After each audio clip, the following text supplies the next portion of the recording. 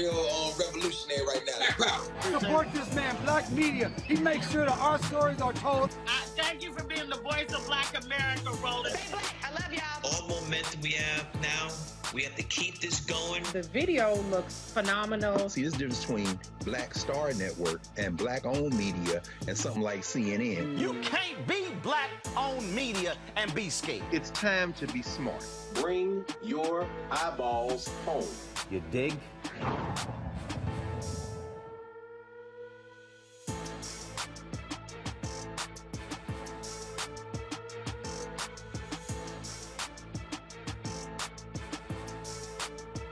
iPhone 13 on us for every customer. Current, new, everyone, to show the love.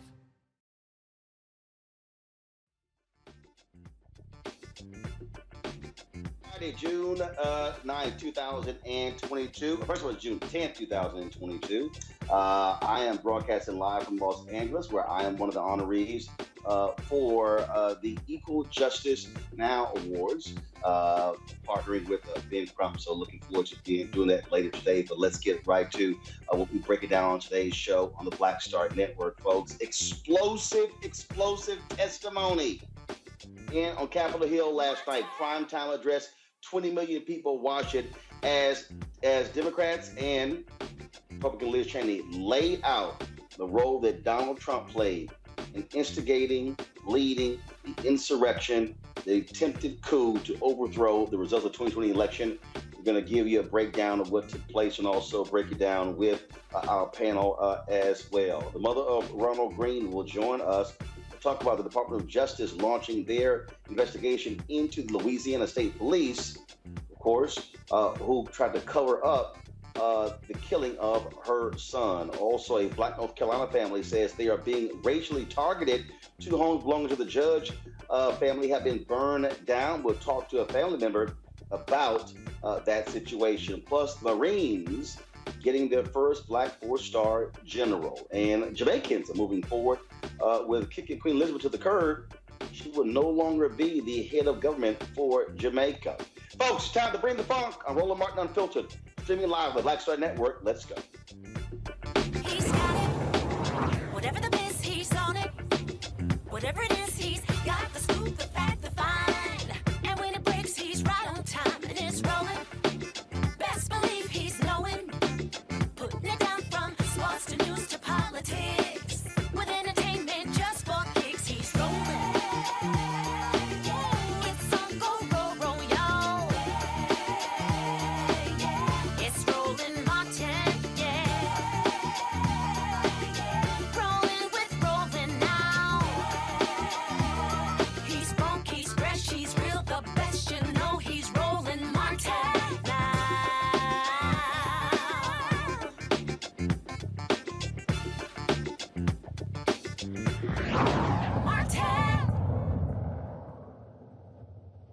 I'm from a part of the country where people justify the actions of slavery, the Ku Klux Klan, and lynching. I'm reminded of that dark history as I hear voices today try and justify the actions of the insurrectionists on January 6, 2021. Over the next few weeks, hopefully you will get to know the other members, my colleagues up here, and me. We represent a diversity of communities from all over the United States, rural areas and cities, East Coast, West Coast, and the Heartland. All of us have one thing in common. We swore the same oath. That same oath that all members of Congress take upon taking office and afterwards every 2 years if they are reelected. We swore an oath to defend the Constitution against all enemies, foreign and domestic. Folks, nearly 20 million people tuned in last night across various broadcast and cable networks to watch the primetime hearing of the January 6th committee that has been investigating the attack on this country on January 6, 2021. It was unmistakable in listening to Chair Benny Thompson of Mississippi listening to Congresswoman Liz Cheney from Wyoming as they methodically laid out exactly what took place on January 6, 2021, who was at fault, and who specifically was the one who was leading this effort, and that was Donald Trump. Congressman Thompson said point blank that this was an attempted coup, an effort to stop the peaceful transition that has always been the hallmark of American democracy since its founding.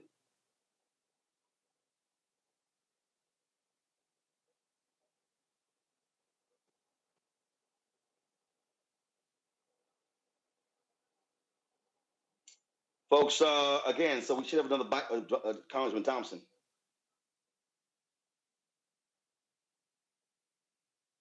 All right, folks, we're going to play some more videos. So the committee also released new videos and evidence from the deadly Capitol assault. And roll that video, please. There was about a 10-minute video that they actually played that was unbelievable, that detailed exactly how crazy that day was. There was testimony from Capitol Hill police officers as well. Roll that. For themselves. But it's going to happen. Something's going to happen. Who's free? Our streets! Who's free? Our streets!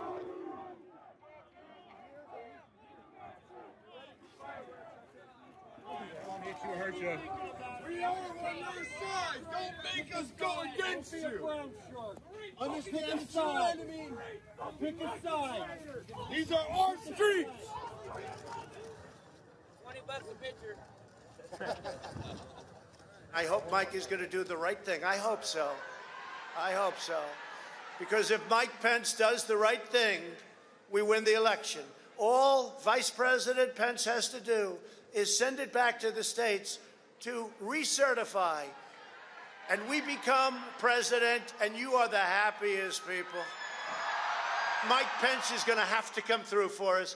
And if he doesn't, that will be a sad day for our country. Because you'll never take back our country with weakness. You have to show strength, and you have to be strong.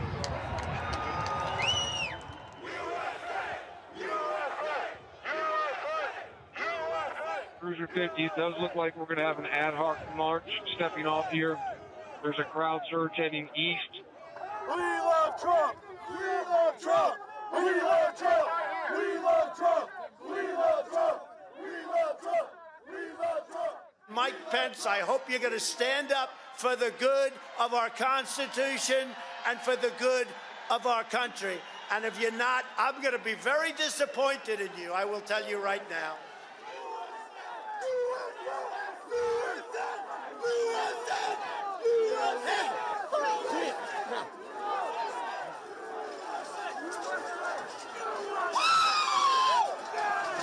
Get back, ladies! Get back, ladies!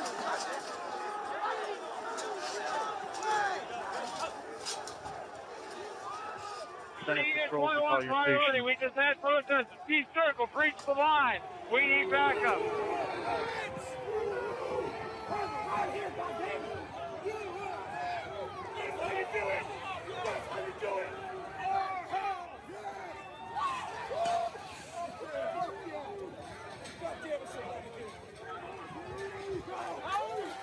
Madam Speaker, the Vice President and the United States Senate.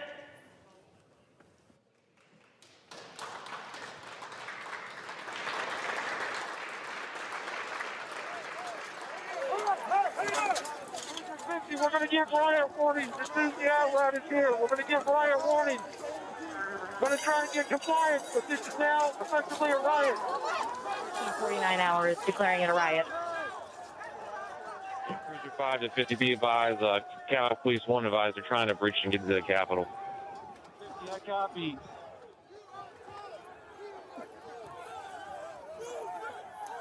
Hold the line! Hold the line! Hold the line!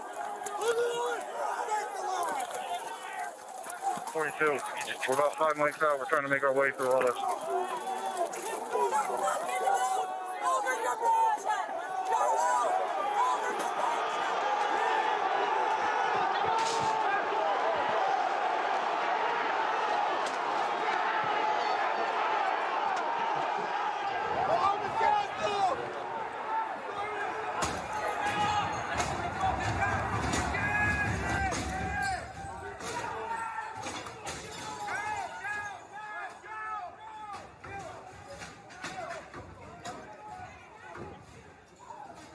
We have a breach of the Capitol. Breach of the Capitol to the upper level. Be advised, they're requesting additional resources on the east side as they've broken into that window and they're trying to kick it in.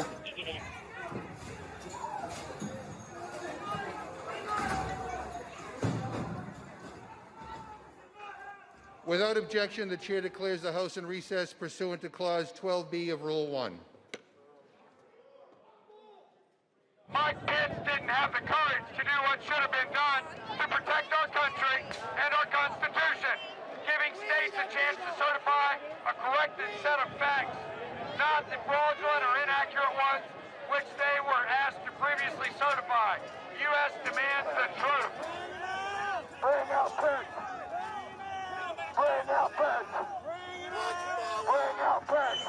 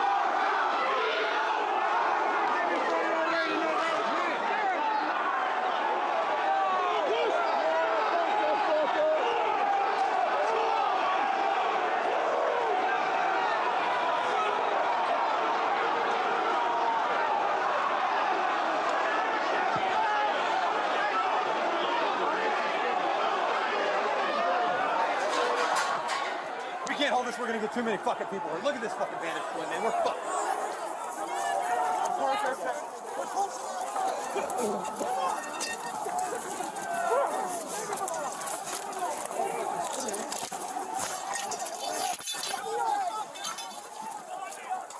We need an area for the House members.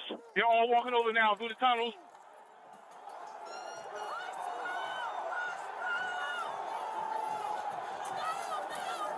We're trying to hold the upper deck. We're trying to hold the upper deck now.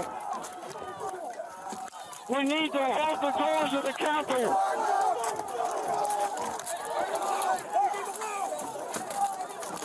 I need court support.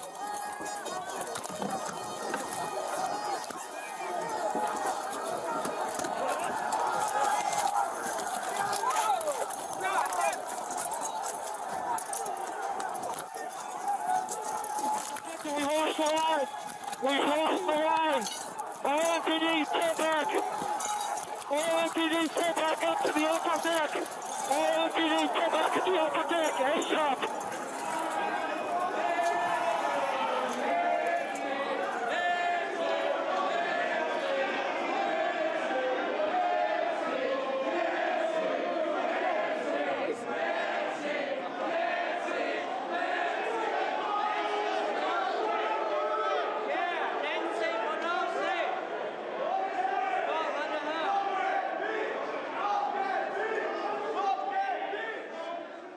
Cruiser 50, be advised that Capitol Police is going to start moving their resources inside. They're going to start the M4 officers first.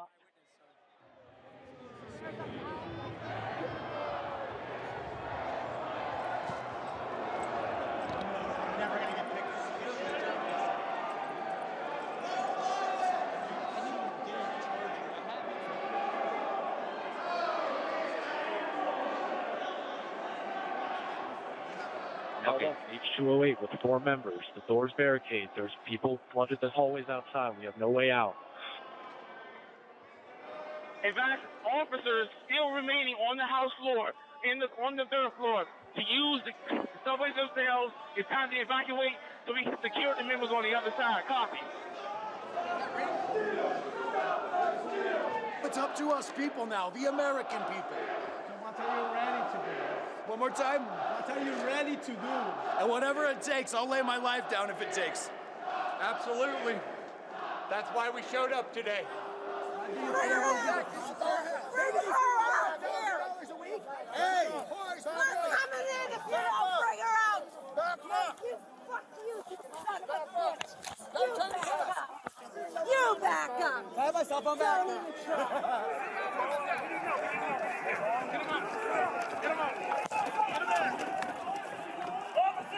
Get him up! He loves you guys! Get him up! Hold up! Get him up! Making staging to some of that West Carolina door for backup.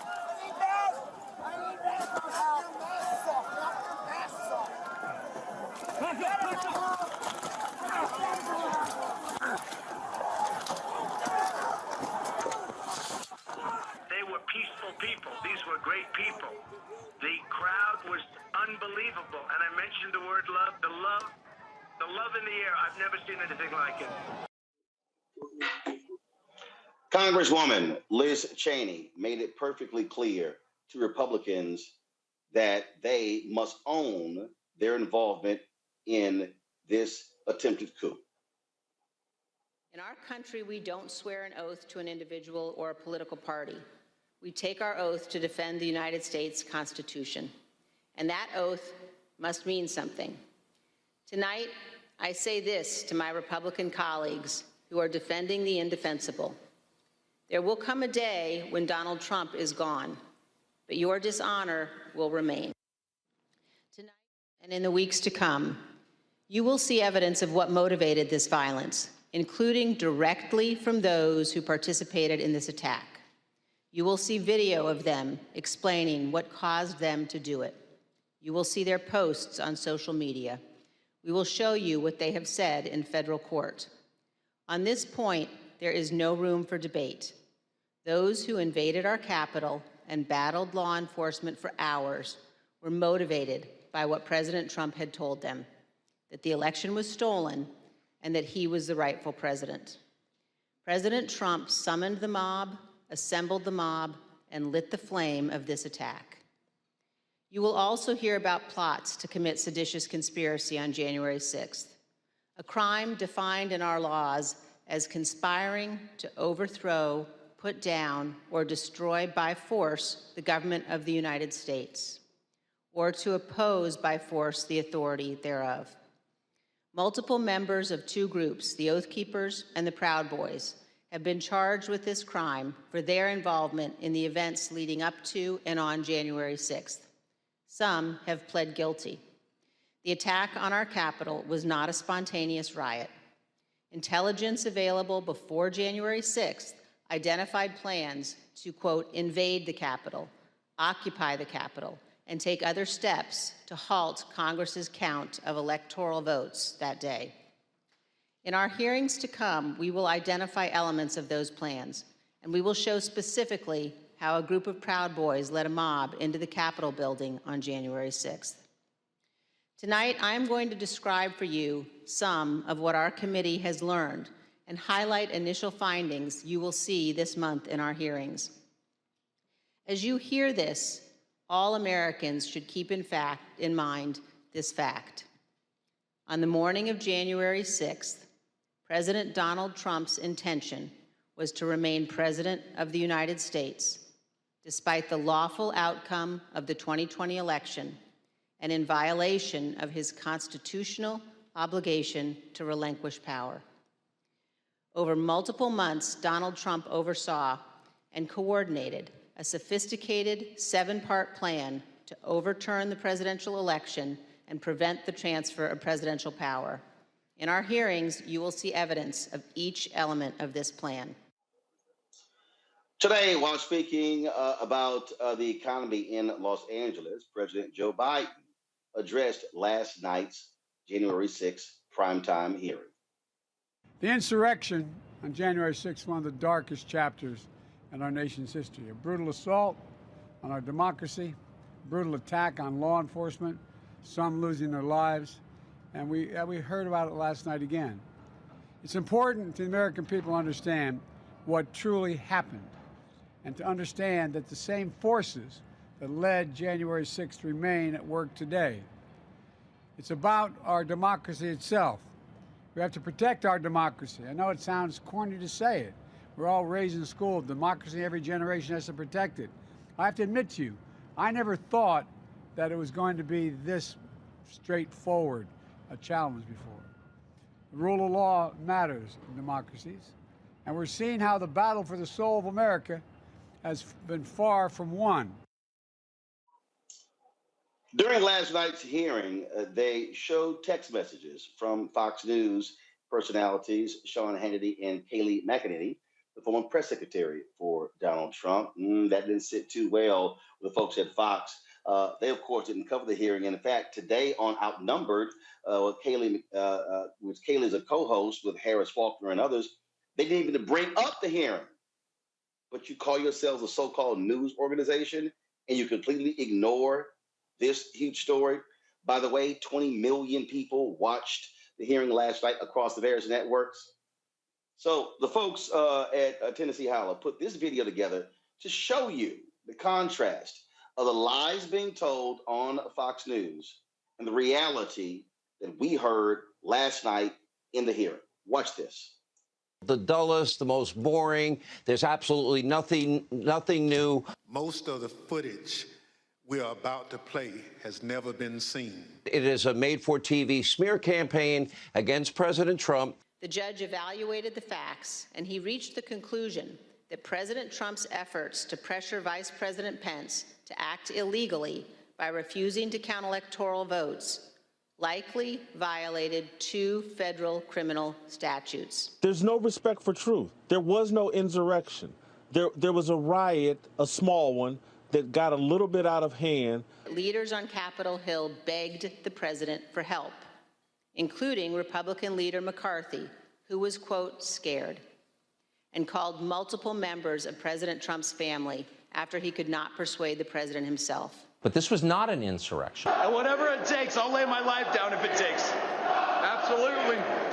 That's why we showed up today. The whole thing is insulting. In fact, it's deranged. And aware of the rioters' chance to hang Mike Pence, the president responded with this sentiment, quote, maybe our supporters have the right idea. Mike Pence, quote, deserves it.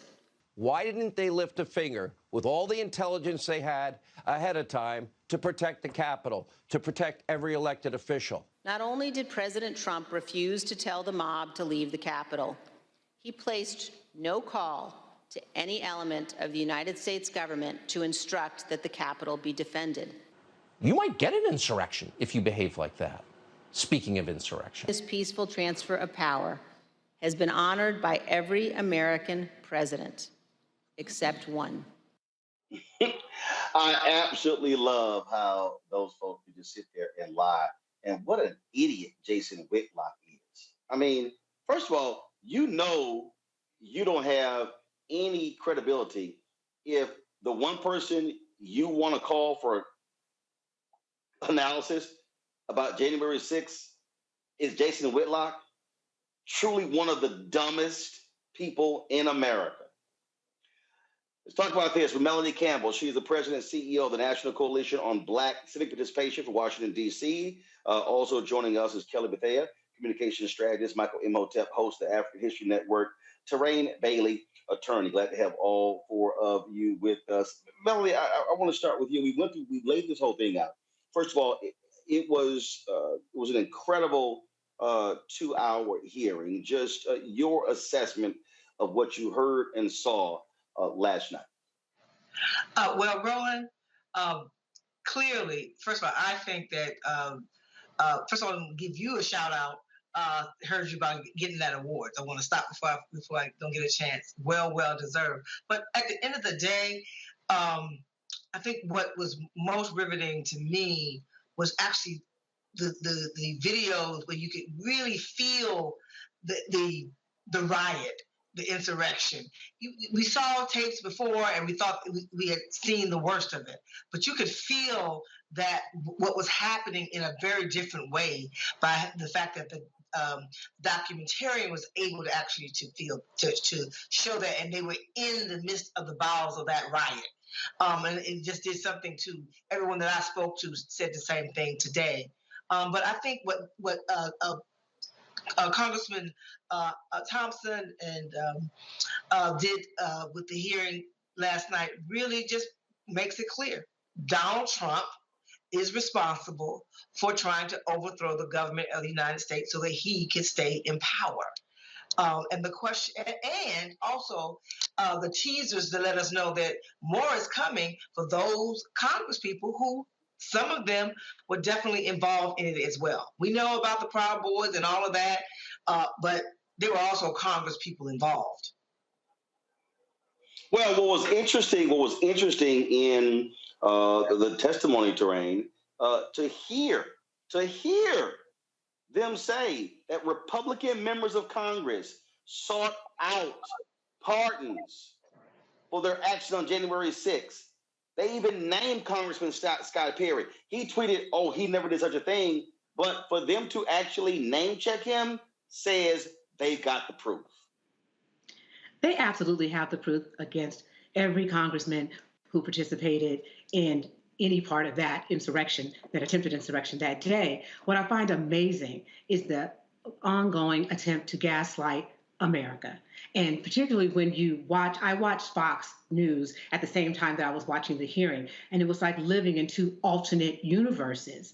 And they clearly wanted to distract their viewership and say, this is not happening. Everything else that's happening in the world is not real. What we're putting on Fox News right now is real. So they do have these congressmen, they have their staffers, right where they want them. So they have enough evidence to go forward. It's clear that they're establishing that Donald Trump led this insurrection. He encouraged this insurrection with the assistance of many of the GOP leaders in D.C. And it's really sad that this is where we are as a country, listening to this new footage where you can actually hear the Capitol Police and their commentary, and as they were observing it and experiencing it, it was heart-wrenching for them to understand that they knew they were outnumbered, but they still stood there and they did their jobs. It was amazing. Those are true American heroes.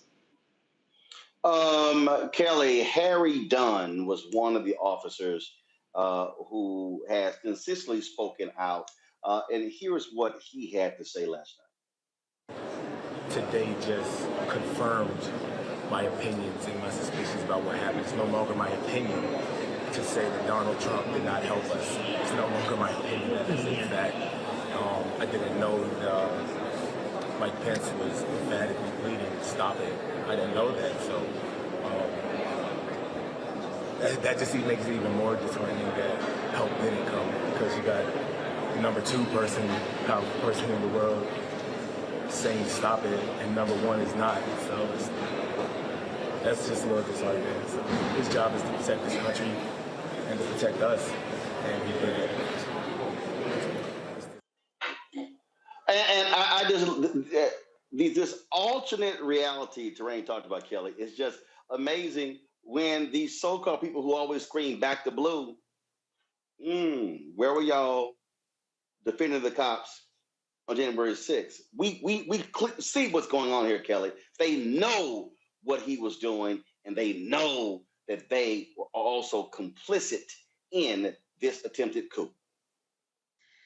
First and foremost, I just have to give a shout to Harry Dunn. He is actually a really good friend of mine. And when the insurrection happened, as someone who knew him as a friend, to know that he was in such danger that day scared me and our mutual friends endlessly. And every time we see that footage, all of us just get so angry on behalf of someone who is such a light to this world, both at his job and in his personal life. So I just wanted to say that on the record. Like, he's an amazing human being across the board. But that said, the vitriol that he has received, he and other police officers who have been speaking out at these hearings, the vitriol and the hatred that they have received, not just from the Republican Party, but, dare I say, some people in their own ranks who just do not align themselves with just how grave and dangerous that day was. They are heroes in more ways than one. And the fact that they are going through this, while commendable and heroic, it makes me so angry. The fact that even their brothers and sisters in blue on both ends of the aisle aren't necessarily as supportive as they could be. And I hope that not only the hearings that we are going to be seeing for the next couple weeks, from my understanding, they're going to be telling the truth, right? But I'm just glad that it's not just telling the truth to the world, but it's on the congressional record that what they went through was literally fighting treason. They were literally fighting domestic terrorists that day. So again, shout out to them. Shout out to everybody who was on the front lines that day. And I just pray that everything that happens from here on out is just a reflection of not only how good they are, but how corrupt and inept those who were there that day on the other side of history were. Michael, Trump's Secretary General Bill Barr testified before the committee, and they actually opened up the hearing with this comment from him that pretty much laid the groundwork for everything we heard over the next 2 hours. No, just what I've been through. I had 3 discussions with the president that I can recall. One was on November 23rd, one was on December 1st, and one was on December 14th. And I've been through sort of the give and take of those discussions. And in that context, I made it clear I did not agree with the idea of saying the election was stolen and putting out this stuff, which I told the president was bullshit. And, I didn't want to be a part of it, and that's one of the reasons that went into me deciding to leave when I did. I observed, I think it was on December 1st, that, how can you can't live in a world where the incumbent administration stays in power based on its view, unsupported by specific evidence, that there was fraud in the election. I mean, Michael, by putting that out there first, this is the guy who did everything to protect Donald Trump with the Mueller report. And this was important just to methodically lay the facts out. Exactly. And keep in mind, Attorney General William Barr also resigned about a month before Trump left office as well. Okay, and that was one of the reasons why, because he disagreed with Trump. I watched the whole thing yesterday, Roland. I watched the hour of the preview on MSNBC. I watched the whole hearing. Then I watched the analysis afterwards. Yesterday was fantastic. Documentarian Nick Quested did a fantastic job. I've been reading through articles about this, and I knew that this was the type of information that was coming, because I've been following the investigations they've been doing. There's been over 1,000 people they've interviewed. They reviewed over 140,000 documents. So I wasn't pressing the committee. I knew this stuff was coming. Now, this coming Monday, they're going to break down. They're going to go through and systematically dissect the big lie. That's what's coming this Monday. So this was fantastic. A lot of new evidence came out, footage we had not seen before. People around Trump who told him, no, you lost, you're lying, etc. Attorney General William Barr. We saw Ivanka Trump, and we saw that she believed William Barr. We saw, Scott Perry pursuing a pardon, but also they're inviting Scott Perry to come testify. They say, well, if you disagree with our findings, you can come testify under oath. And Chairman Benny Thompson was interviewed by Nicole Wallace today on Deadline White House. And she asked him, would you let President Trump come, former President Trump come? He said, yeah, if he comes under oath, testifies that he can. But if he thinks he's going to perjure himself, he better think again. So this is fantastic. I love it. Seriously, I love it. And this reminds me, lastly, of the July 1863 New York City draft riot during the Civil War, where working class white men retaliated against the federal government because they were being drafted to fight in the Civil War. Many of them did not have the $300 to avoid being drafted. And they said, wait a second, you said the Civil War was about keeping the Union together. This was after the Emancipation Proclamation. They said, now you're talking about freeing the slaves. They retaliated and they attacked federal buildings. There were about 119 people killed, and they also attacked African Americans as well. This was a bloody riot, one of the worst riots in the history of this country. This is before, of course, Tulsa Massacre, 1921. This is the New York City draft riot, 1863, during the Civil War. Melanie, to sit here and listen to people who say, oh my God, the hearings were boring. they could have made it more compelling. I'm sorry, everything literally is not a damn television show or a movie. I mean, what we're talking about here is, as Congressman Thompson said, this was an attempted coup. And so I'm sorry we can't have a Michael Mann movie, or a F. Gary Gray movie. This can't be Fast and Furious 9, 10, or 11. This is real stuff. And the fact that 20 million people saw this, and you can have others who are saying that, well, we pretty much knew all this sort of stuff. No, I think there were people last night who had to see the gravity of what took place. And I think with these hearings coming up, and I think every one of them should be in prime time. They should, if the television networks, oh, we don't want them in prime time, damn your prime time shows. Put this in prime time, because American people need to sit at home and listen to this so they understand the evil that exists in the Republican Party, because they continue to defend this big lie. Well, I tell you, last night my brother, who votes, but he doesn't like to get that engaged on some of these things. Me and my brother sat here the entire 2 hours, and he was talking about it when I came home today. It's like people are paying.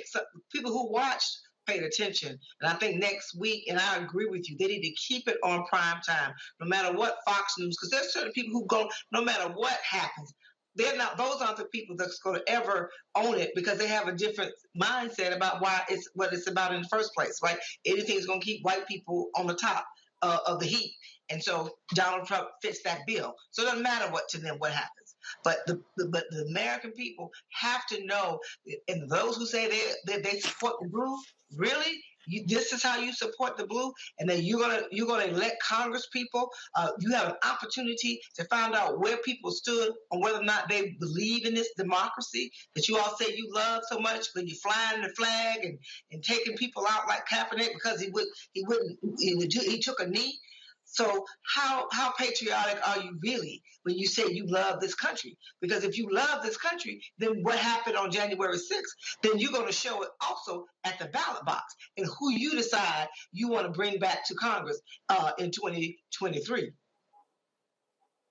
And the thing here, Terrain, again, what we heard were folks who are breaking the law.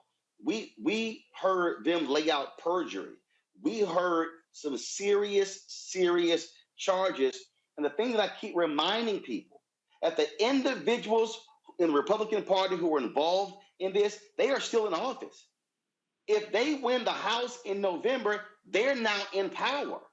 And so that's why also these hearings are important, because we need to know exactly who the evil perpetrators are. You're absolutely correct. If the Republicans take the House in the fall, then they are in office. And I believe that that's the goal of these hearings, is to inform the electorate of what really happened. But Roland, the reality of it is there are just people in this country who choose not to see what is in their face. They choose to believe in an America that existed long before we were born. They want to go back to making America great again. Well, it hasn't been great for us as African Americans, as people of color, very long, even if it is at all now. And they want to go back there, and they support anyone who's willing to let them hold their position that America was previously great in the way it is now. They believe that Black people and people of color are taking over. But yes, we need to be really concerned that we potentially have criminals who are going to be leading our country and leading our House of Representatives. We need to be gravely concerned about that. And I believe that what the House is trying to do now is to set it up so that before the elections, people can make an informed decision, that some of these people can be disqualified for running. But the Republicans will do anything to regain their position in the House and to stay in power. And that's the sad reality. Kelly, again, as I just sat there and I listened and saw the video and heard the testimony, all I could think about were the constant lies that we kept hearing coming from the White House. And as they laid out what they're going to, unfold in the next hearings, It's going to be make it perfectly plain. And I tweeted this, and I said, we should never forget that when the Ari Fleischers of the world wrote a column expressing why he supported Donald Trump in 2020, when Governor Chris Christie, when Jack Nicklaus, when Geraldo Rivera, when James Baker, when all these Republicans stood by this man, they were supporting this. This is the same man before January 6th and after January 6th. And the Republican Party is in lockstep with him. And so this, to me, these hearings, it is drawing a line. And it's going to expose anybody to say, if you still stand with this man, you are absolutely on the side of evil and not on America. You are not a patriot. It is not about principle. You don't have morals or values. If anybody after this stands with Donald Trump or any Republican who defends this crap, then we should make sure none of them ever see the light of day when it comes to public office. I couldn't agree with you more. This hearing for me is really just a revelation, so to speak. It is literally shedding light on the shadows that we knew existed for the 4 years that Trump was in office. And the insurrection was really just the icing on the crappy cake of all the corruption and all of the cronyism and all of the ineptitude that was the Trump administration. What I appreciate the most about these hearings is the fact that, like you said, everything's laid out on the table now. And you will not have a choice but to be on one side of history or the other. You're either going to align yourself with domestic terrorists or you're not. You're either going to align yourself with the cult leader or you're not. And right now, what we're seeing in the footage of people like Bill Barr and the others that we saw last night, it's, yeah, I'm following a cult leader, but here's why.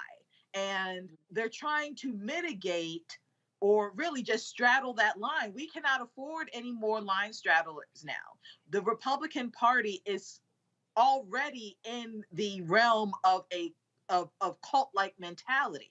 So again, like, either you're going to align yourself with this or you're not. And what the hearing is doing is showing you exactly who's on the right side of history. Like, you are seeing who in the Trump administration and others are going to be considered domestic terrorists and who are actually going to be considered patriots. Now, the American people can do with that what they will. Hopefully they open their eyes to the crap that we've been going through, but at least now it's on the record. At least now it will be nothing but willful ignorance from here on out. You cannot say that you didn't know because it's been in your face now this entire time.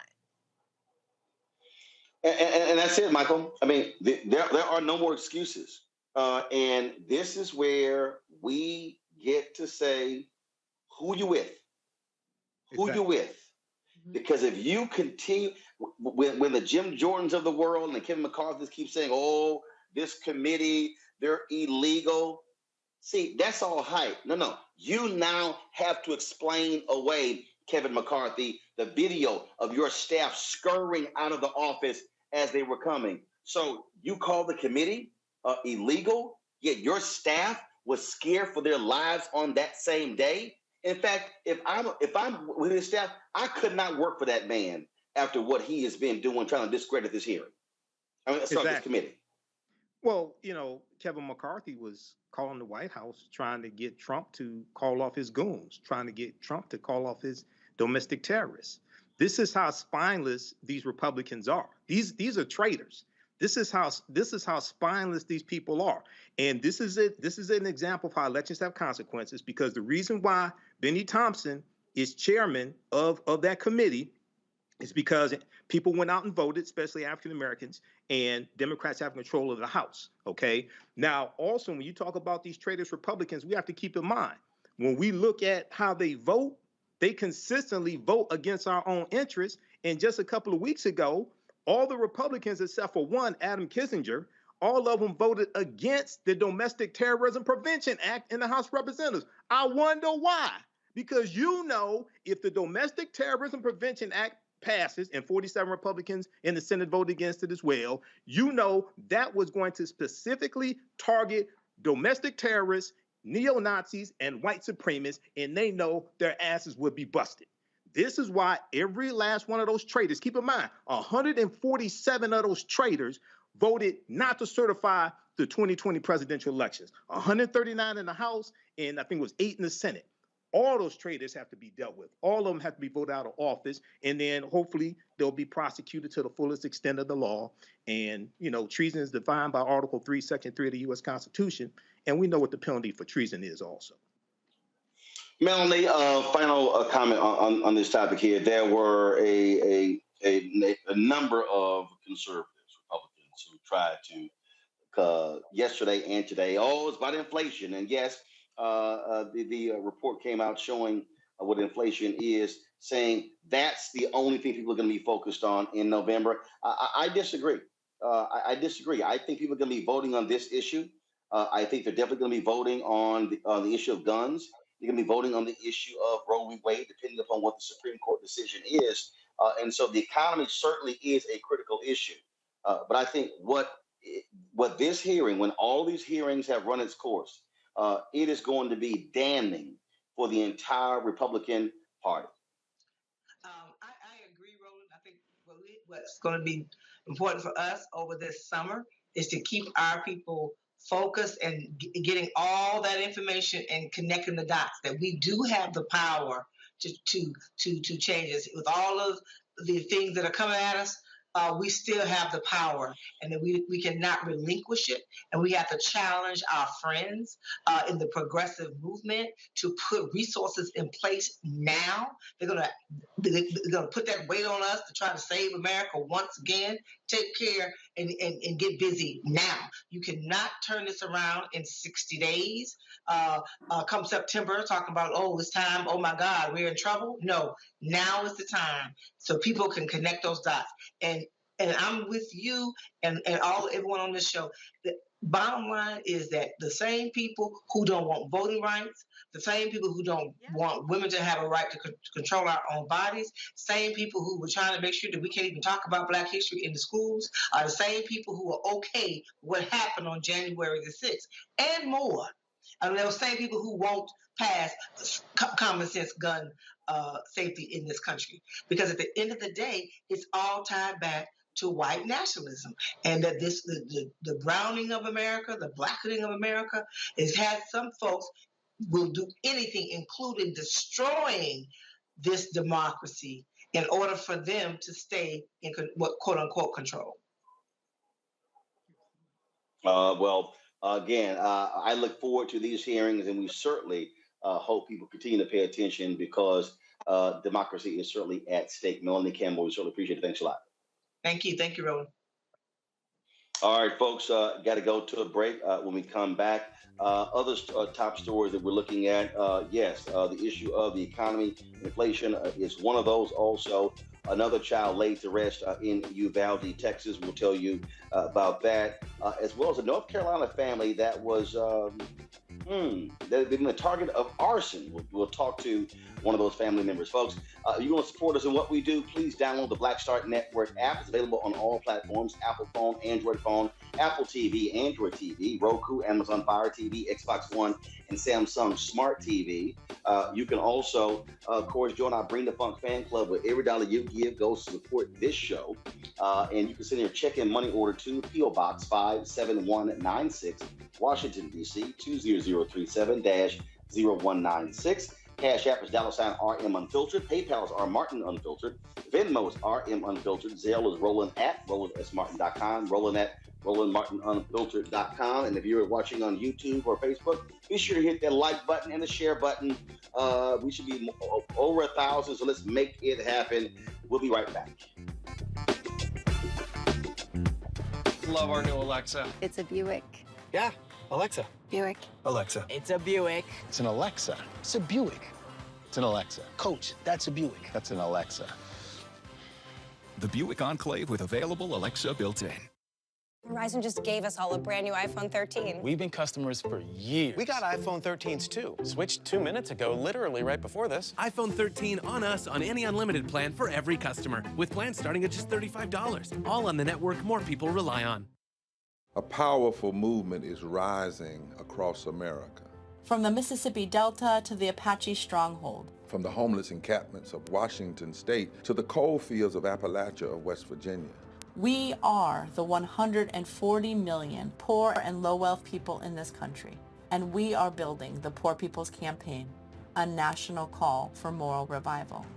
On June 18th, ahead of this year's midterm elections, while the Congress is still in session, we will hold a mass poor people's and low-wage workers assembly and moral march on Washington to arrest the attention of the nation, to put a face and a voice on poverty and low wages in this country. This is a watershed moment for justice and democracy in America. There are those who say that transformative change is impossible, but history teaches us that it is precisely in times like these that people must build a broad and deep movement from the bottom up. We must compel this nation to repent, to lament, and to see the realities that have been hidden for far too long. On June 18th, we will come together to lift the voices of the poor and low-wage workers who know that change is not only possible, it is essential for our survival. We will make the connections to show how systemic racism, poverty, ecological devastation, the denial of health care, the war economy, and the false moral narrative of religious nationalism and white supremacy are hurting us all. We will show the nation the faces of Americans who cannot afford to go back to normal. We will detail the policies that can move us toward a society that works for everyone. And we will pledge to go home and build power for transformative change in this year's election and for years to come. Because the question should have never been, how much will it cost to address poverty? The real question is, how much is it costing us not to? Somebody's been hurting our people. It's gone on far too long. And we won't be silent or unseen anymore. Join us in D.C. on June 18th. Build with us for a third reconstruction in America. Visit poorpeoplescampaign.org.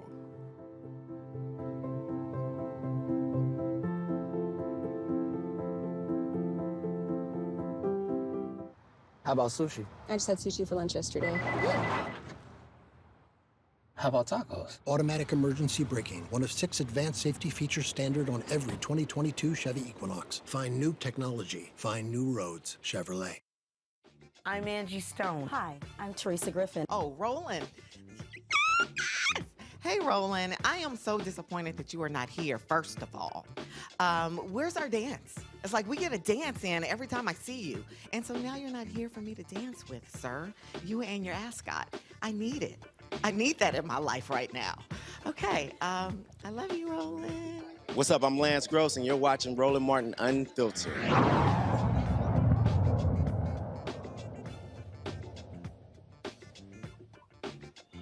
A black family in North Carolina has to rebuild 2 of their homes that were destroyed by arson. The Judge family, very much involved in community service and social activism in Duplin County, believe they are being targeted because of their race. We're joined now by Beverly Judd and Amy Durant from the Southern Coalition for Social Justice. They both join us from North Carolina. Glad to have you here. So, Beverly, first of all, tell us what happened. These homes, when did it take place? And so what's going on? Well, on January the 26th, I was asleep and it was approximately 2:45 in the morning. I was awakened by the sound of loud crackling and realized that I was in the home alone because quite often my grandkids or my kids are there with me.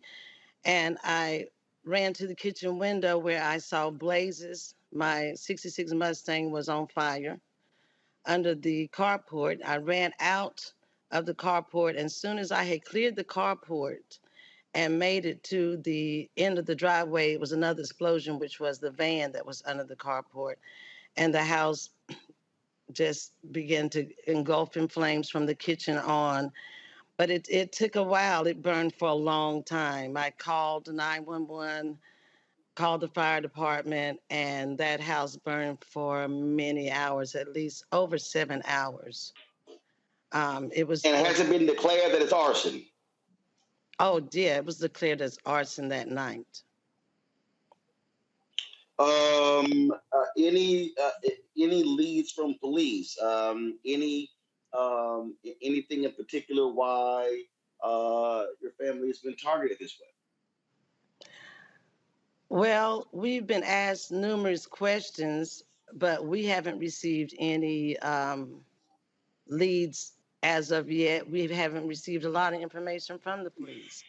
We have been asked different questions, and every time there's a press conference, interesting enough, I get calls then expressing their concern. But as of yet, it seems like the investigation has basically gone cold. And at later date, my daughters, I moved all my things, the little things that were left that I had in the house, into my daughter's home. And a couple of months later, it was almost like a repeat. Her house was torched, her vehicles were torched. However, the response was quite different. The house was put out expeditiously, and the children were in the home sleep just like I was asleep, and my daughter was in the home sleep just as I was asleep. However, they got out just as I did, but they were met with a lot more compassion, and the fire was put out much quicker. Amy, what do you think is going on here? Well, I think it's clear that the family is being targeted, and we don't know why yet. We wish we had more information at this point. But the stories that I've heard about the law enforcement reaction in Duplin County have been very concerning, to say the least. Now, as Beverly mentioned, the reaction in Jacksonville has been slightly different, and there are now more eyes on the situation. So if the same person is responsible, which we believe the same person is responsible for both arsons, then hopefully we can get some more information now. What do you hope, what role can the public play in this? My hope sorry, go ahead, Beverly. Well, I just want people to start speaking up. I don't want this hate tactic to bring a fear that will keep people from speaking up and telling their stories and what's going on, because it has to change. I don't want them to be riddled with fear. I plan to move back to the property, and I want to feel safe. And I want the people who live in that county to be able to feel safe instead of to go through the torture that I went of hours and hours of watching my house burn and my mother's house burn, my family's house burn to the ground. Amy, go ahead. I completely agree with what Beverly had to say, and I'll also add that the Southern Coalition for Social Justice has been working very closely with local NAACP leaders on this, and that NAACP leaders have heard from other community members that other Black families in Duplin County have experienced, not to the extent that the Judge family has, but has experienced similar responses from law enforcement when they've been the victims of crime. All right, then. If people have any information, or if they can assist, is there a website? Is there anything set up there, Rebecca? Or Amy? Yes, there is a website. So our website, the Southern Coalition for Social Justice, has a section that's dedicated to this issue, so they can go to our website. Beverly, is there anything you'd like to add to that? I would just like to encourage people to speak up and to know that we are, in fact, going to rebuild. And I appreciate the support of the churches and the community that have been supportive to us.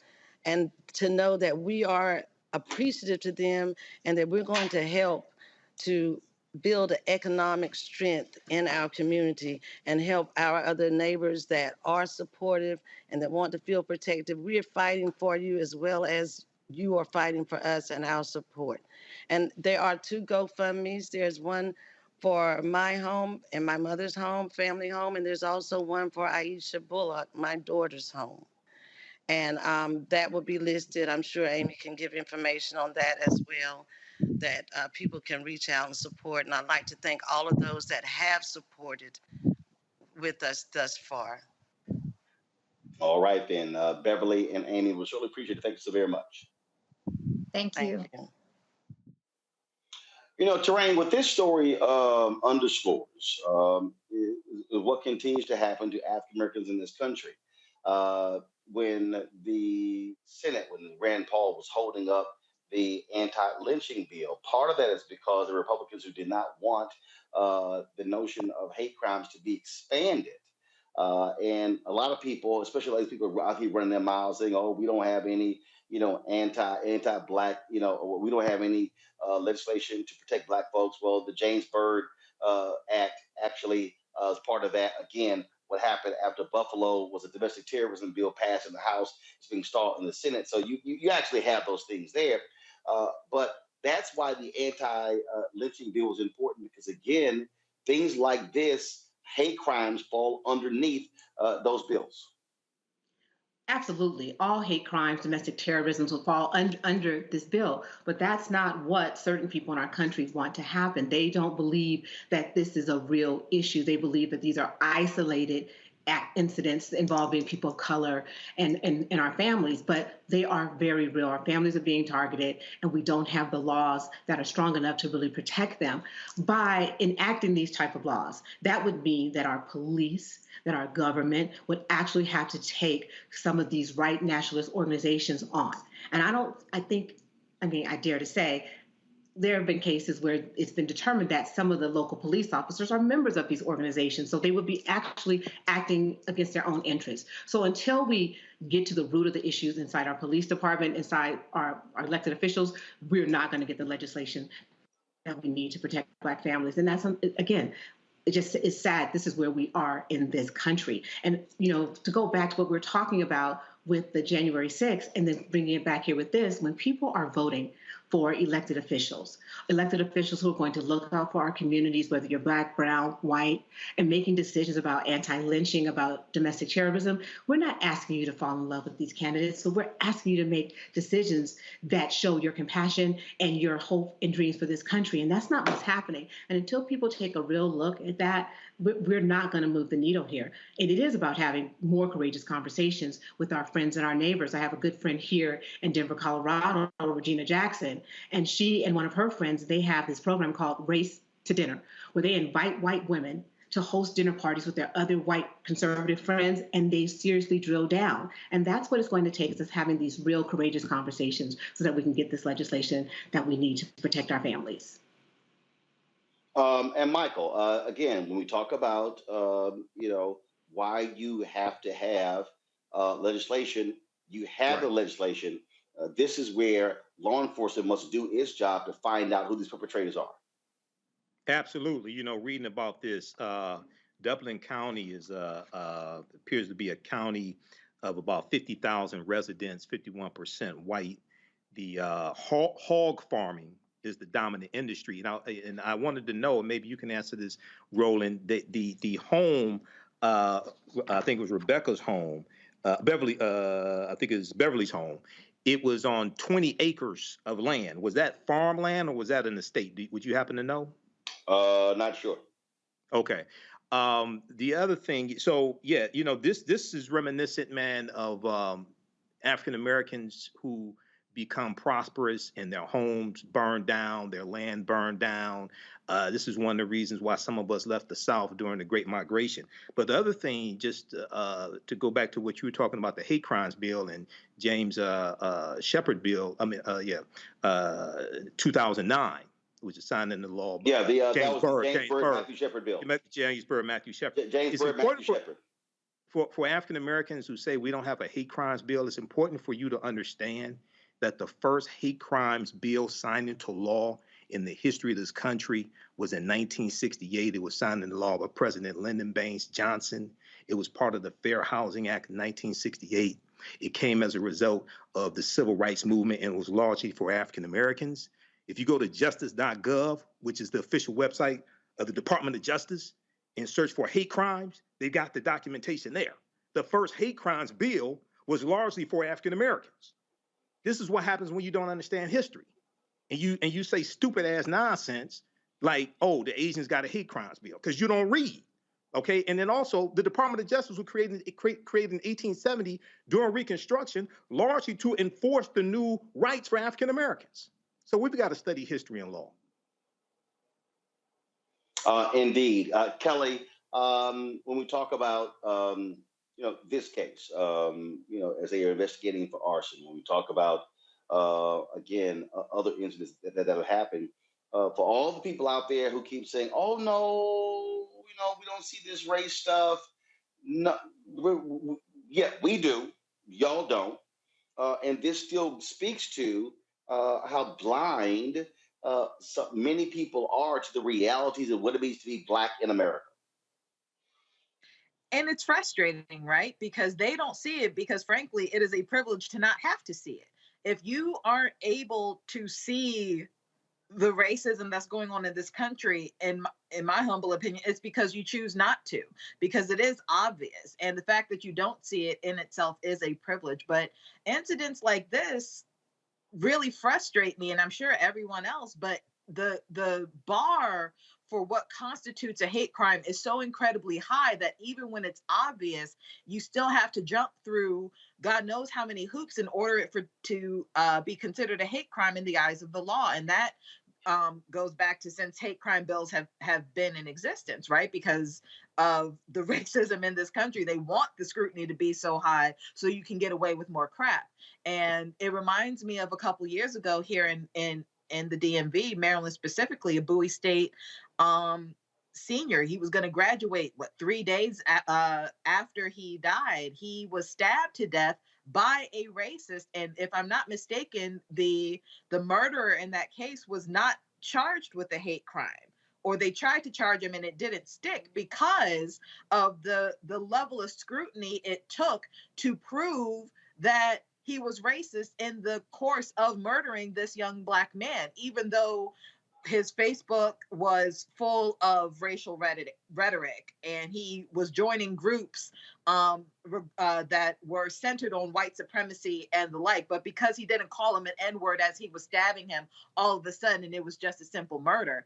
That makes no sense, right? And until we have laws on the books that do not involve you having to say the N-word to somebody in the commission of such an act, we're going to keep having to deal with crimes that frankly should be given higher levels of punishment, but they aren't, because racists don't know when they're being racist. And the people who aren't being quote unquote racist choose not to see racism. And that's the frustration that we deal with. All right, folks.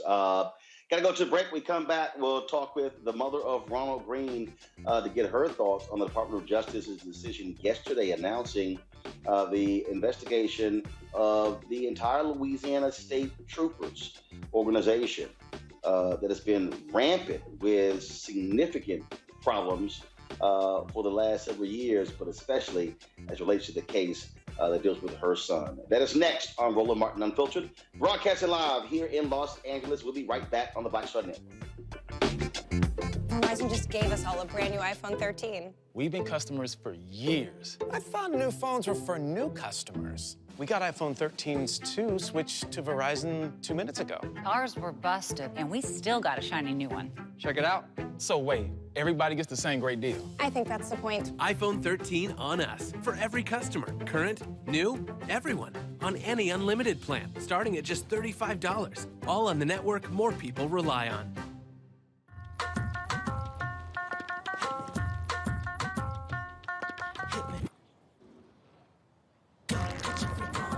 Get your freak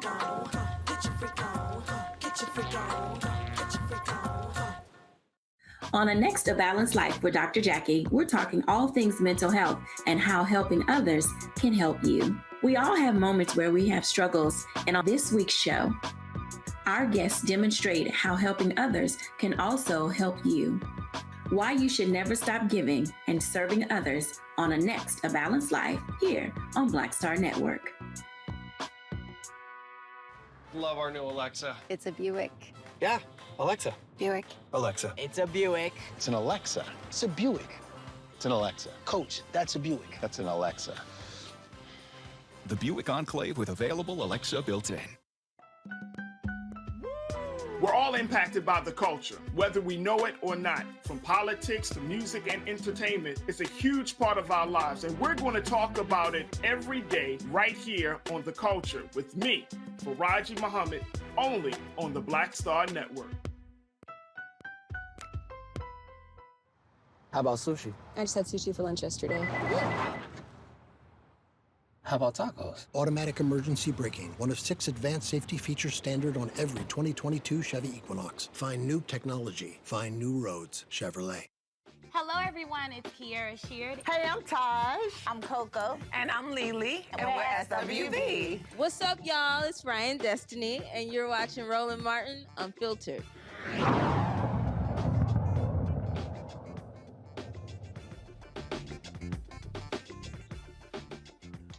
Louisiana State Police are now being investigated by the Department of Justice due to numerous cases of excessive force against Black men. One of those cases that has gotten lots of attention in the last 3 years is that of Ronald Greene. He died at the hands of Louisiana State Police in 2019. Now, they initially claimed that he was killed in a car accident, but we later found out that that was not the case, and they were lying throughout. You had cover-up after cover-up by higher-ups in Louisiana State Police, and there were numerous calls. And after protests, and the DOJ yesterday decided that they are going to investigate Louisiana State Police. Ronald Greene's mother, Mona Harton, joins me from Orlando. Glad to have you here. Let's talk about at the White House a couple of weeks ago, the signing on the signing of the executive orders dealing with police reform. That still wasn't enough because, of course, many people still want the George Floyd Justice Act. And in this story, this is a perfect example of how police will protect themselves. They will lie. They will make things up as opposed to being honest about the truth. Yes, and I thank you. What's been happening is just like you said, it can't get any more clear than what it is. We've come this far, and my family is one of thousands who are waiting for a voice and opportunity. What's been happening, we've been waiting forever for it. I can't say enough that as long as we keep traction and the momentum is what we all just pray for. Someone to just listen to us. I can't even believe that we have to keep shouting. We have to keep talking and keep the noise up to recognize the killing, the genocide that's been going on throughout the United States. It angers me to speak on this level. What does it take to recognize the murder of a man? Any other time you recognize what's going on out there, but why is it that you have deaf ears and blind eyes to the killings of Black and brown communities? It angers me. The DOJ announcement yesterday, there were numerous organizations that have been pushing for this. And just your initial reaction once the DOJ notified you and others that they were actually going to finally do this. It's I was all over the place. Emotionally, I was all over the place. I was so damn happy. I was on cloud nine, and all I can say is, please don't drop the ball here. Our family's been waiting on this. Do a good job. Please be of integrity. Just move forward. Let's keep doing this. I'm just so elated. I'm so happy. And in the same breath, I'm like, please don't drop the ball. There shouldn't be any more ifs. We need to recognize what's going on, and let's fix this. This is the one chance that Louisiana has to clean its act up. The dismantling needs to be done. It's no other way of sugarcoating what's going on. Terrain, this is precisely why African Americans have always looked to the federal government, because we've not been able to trust that the state is going to do what is right and just. Absolutely. Families and our communities, if it wasn't for the federal government, we wouldn't have these investigations consistently, time and time again. Local governments look at their own, and then they declare no harm, no foul. The officers were acting within the scope of their duties. It's not until the feds get involved that we have an opportunity to really drill down and see what's going on. I mean, we saw what happened in Savannah, down in Georgia with Ahmaud Arbery. The local DA said no harm, no foul. There was no crime here. And then the feds started looking, other people outside of the town started looking, and absolutely a jury came back and found those men guilty. So I'm pretty ecstatic for the Greene family that they will have the opportunity to have someone look at what happened here with Ronald Greene and then try to make some systemic changes to address the racism and the brutality that people have been enduring at the hands of Louisiana police officers. I mean, you take a random traffic stop, we all have the opportunity, I know me, speed, run through a stop sign or do a California stop. That should not result in someone's death. There is no reason. So hopefully this investigation will lead to new change in Louisiana. But my question is, how many investigations do we have to have in this country at the federal level before we make widespread change in our police department, beginning at the federal level, where our Congress does something and says, okay, this is a problem where we have to address because we have investigation after investigation, but we still have more dead bodies. And Mona, on that particular point, that's what really they just straight lied as to what happened. I mean, they just how do you go from, it was a car accident to being viciously beaten? Exactly. That's what we've said. We screamed it at the top of our lungs. You see it. When I first saw the video of my son, I saw they meant to kill him. For whatever reason, my son wasn't going to walk away. I said that at the very beginning, and it's something that I can't take. When I see my son, I wanted to see my son take his last breath, and the fact that I saw they had no mercy on him, and my son wasn't that type of a man. He cared for no matter what. And all I can say is, God's got my son. God's got my son. How they took him and how brutal they were. What makes me move forward is just knowing that he's with the Lord, and I have to think like that. I have to. But for what I'm doing here, there's no stopping. And I cannot sleep until I have justice on those that put their hands on my son and the cover up. It's just like you said. There's no other way you can paint this picture. You can't sugarcoat it. It shouldn't be sugarcoated. You shouldn't have to go through it piece by piece, dismantle it, just because there's a cover up here. There's a damn cover up. And every damn piece of it needs to be revealed. People need to pay. And until you make an example of those who has condoned this and continues to condone it, because it didn't start with Ronnie and it's been going on since Ronnie. And if we don't, and it's a shame that if we don't keep up the noise, they will squash it. That's the sad part. Everybody can go. Michael, I was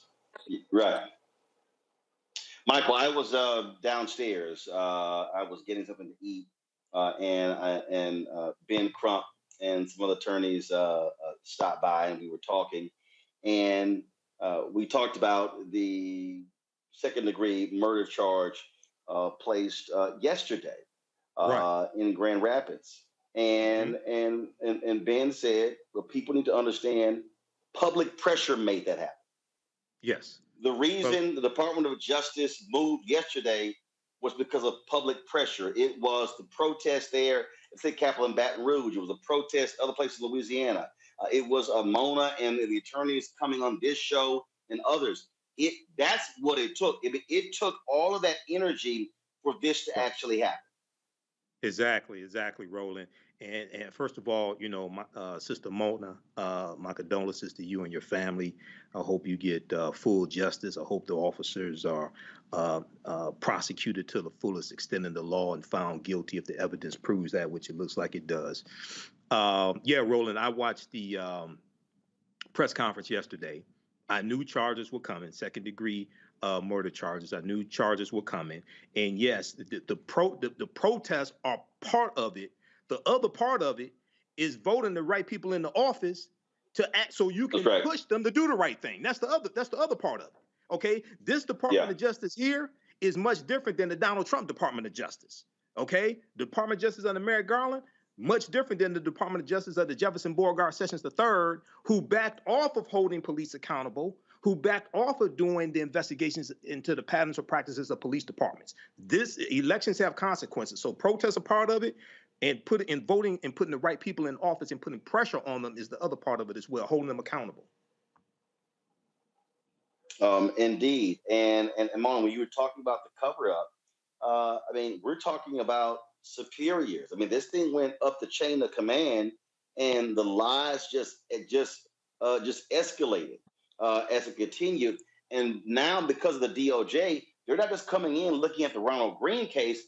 They now have the capacity to look at any number of cases that stretch back years dealing with the Louisiana State Police. Yes, it's a shame we have to shine it at such magnitude, but it's a good thing because you're gonna dig up the daggone dirt. You're gonna dig up the filth that they were good. They went to bed night after night knowing that these what was allowed, what was condoned, these killings, these brutalities, the names that they have, when they go out into communities of color just to go and wreak havoc because they wear this badge. It's condoned. And they need to make an example. They need to make an example because unless we made the noise, where would we be? Unless it was for whistleblowers, for all these activists, ACLU, these news stations, where would we be? Why do we have to go through such magnitude in order to process killers? Condone, state paid, with tax dollar money, killers. Why do we have to go through this? The dismantling is so huge, but it needs to be done. And Kelly, the governor is going to be testifying publicly about his knowledge of this case as well, because previous reporting showed that he got a call that night about what happened. And for the longest, they acted as if, no, none of these things happened. This is why the investigation is needed, because people have to have trust in. Look, law enforcement can't keep telling us, trust us, if you keep doing stuff that says we can't trust you. Yeah, with stories like this, first and foremost, Sister Mona, like you have my sincerest condolences because no mother should be experiencing the loss of her child, especially in this manner. With that said, we are coming into a reckoning with our relationship with law enforcement in that constituents and civilians are finally realizing the power that we have as constituents and civilians, in that law enforcement does not have all the power here. And it is because of activists like Mona and other mothers of the movement that we are finally able to, pull back the curtain that has divided law enforcement from regular people for so long that they've been able to get away with any and everything. But now, because of people like like people like that, we are able to finally not only hold them accountable, but actually have a semblance of justice in the matter and get justice for these victims of people, Black people, who were subjected to the worst type of abuse of power, in that these officers were supposed to be serving and protecting, but because of the history of law enforcement in this country, that didn't apply to Black people. So finally, we are now at a point in our history where we can actually make it apply to everyone equally and equitably. Mona, final comment. I'm sorry? Final comment. What can I say? I am elated. I go through this on the shoulders of everyone who's been here with my family, the good Lord, my Ronnie, all the activists, for everyone who's been here, who knows the struggle, all the families that I've come to meet, love, respect. There's so many out here. All I can say is keep pushing, keep your family, your loved ones' names out there. Do not stop. Make those calls to the DOJ, make those calls, and I will send out the email and the phone numbers so that these families can have their voices and their family members out there. All I can say is please don't drop the ball. For those who are investigating this, you have a chance to fix this. Don't miss the opportunity. Thank you. Mona Harton, we surely appreciate it. Thank you so very much for always joining us, and we're going to ride this one out to the conclusion. Thank you. Thank you all so much. And I got to say one thing. I look forward to what Governor Edwards is going to say when his hearing comes up. And hopefully he won't say, I can't speak on that because of the investigation, the ongoing investigation. I hope that does not come next. Well, we all look forward to hearing what he has to say. Mona Harton, we appreciate it. Thanks a lot for joining us. Thank you. Folks, got to go to a break. We come back. We're going to talk inflation, the economy. What can Dems say or do to get people to understand what is happening? Are Republicans going to ride this to a huge wave election in November? We'll discuss that next right here on Roland Martin Unfiltered on the Black Star Network. Don't forget, folks, if you're on YouTube and Facebook, hit that like button. We want to hit 1,000 likes on YouTube. Let's go. It's way more y'all watching right now. We should easily, we just need 300 more. So hit the doggone button, y'all. What's taking so long? And of course, we want you to support us in what we do. So please download the Black Star Network app. That's Apple phone, Android phone, Apple TV, Android TV, Roku, Amazon Fire TV, Xbox One, Samsung Smart TV. You can also support us in what we do by joining our Bring the Funk fan club, where every dollar you give goes to support this show. See your check and money order to P.O. Box 57196, Washington, D.C. 20037-0196. The Cash App is $RM Unfiltered. PayPal is R Martin Unfiltered. Venmo is RM Unfiltered. Zelle is Roland at RolandSMartin.com. Roland at RolandMartinUnfiltered.com. I'll be right back from Los Angeles.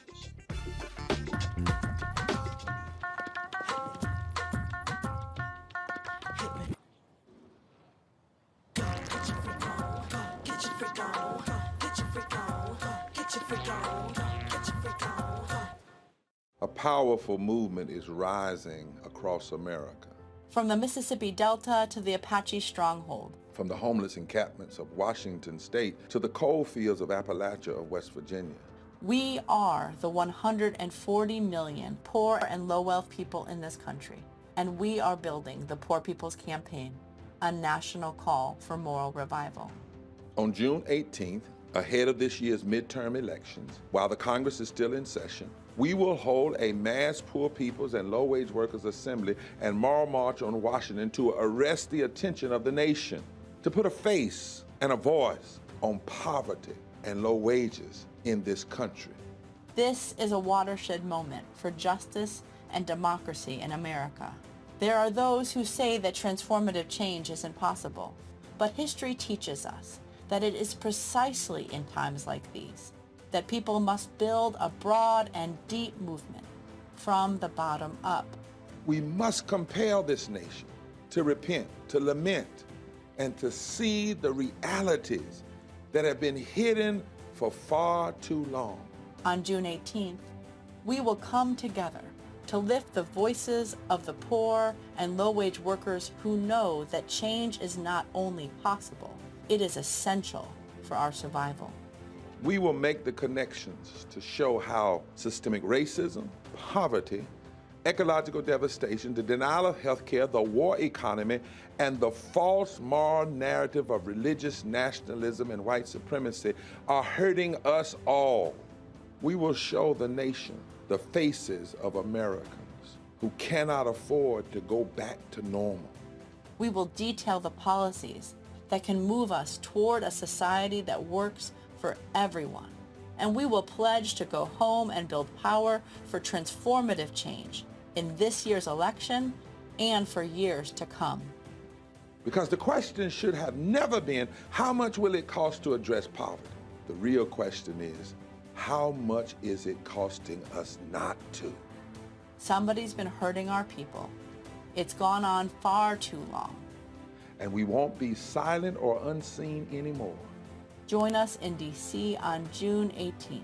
Build with us for a third reconstruction in America. Visit poorpeoplescampaign.org.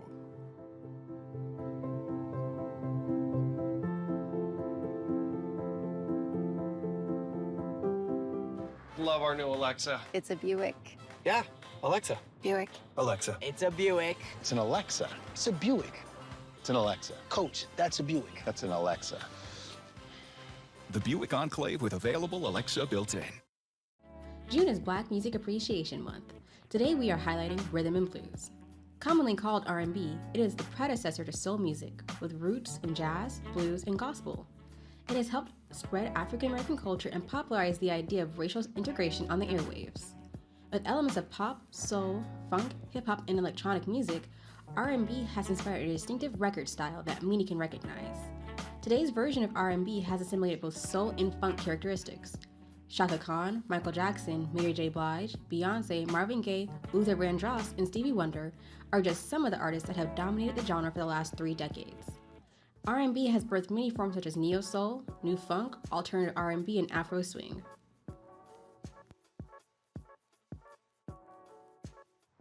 How about sushi? I just had sushi for lunch yesterday. How about tacos? Automatic emergency braking, one of 6 advanced safety features standard on every 2022 Chevy Equinox. Find new technology. Find new roads. Chevrolet. Hi, I'm Teresa Griffin. Hi, my name is LaToya Luckett, and you're watching Roland Martin Unfiltered.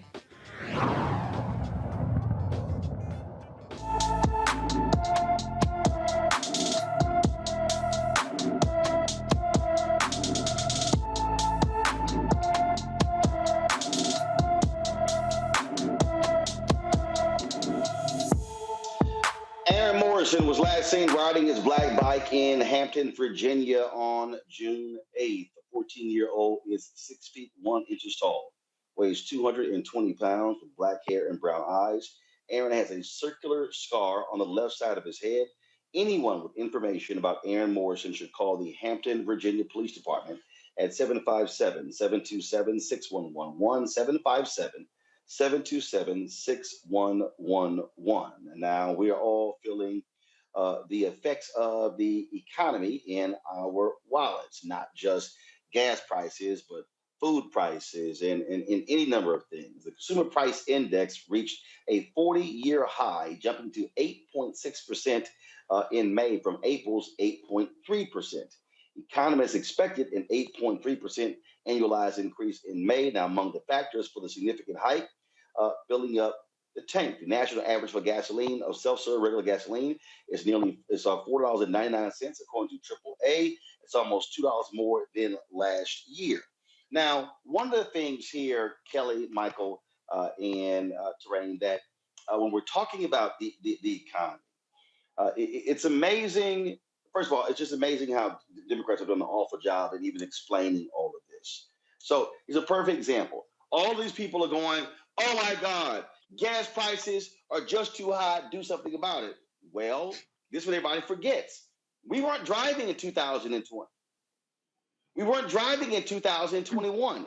So the oil companies literally stopped production of oil. 800,000 barrels a day. They stopped production because we had a surplus. Well, guess what? All of a sudden, COVID restrictions get lifted. Folks are driving more. What was a surplus now becomes a deficit. Now, guess what? Supply demand. Prices go up. I mean, we can say the same thing across the board. You cannot have a worldwide pandemic for 2 years and the supply chain gets completely decimated and not think you're not going to feel something on the other end. That's really what we're dealing with right now, Michael. And frankly, when Biden he talks about gas prices, he blames it on Putin. You can't just blame it on Putin because you have to also look at the lack of production because of the lack of demand in 2020 and 2021. Absolutely. You have to narrate the story. You have to go chronologically.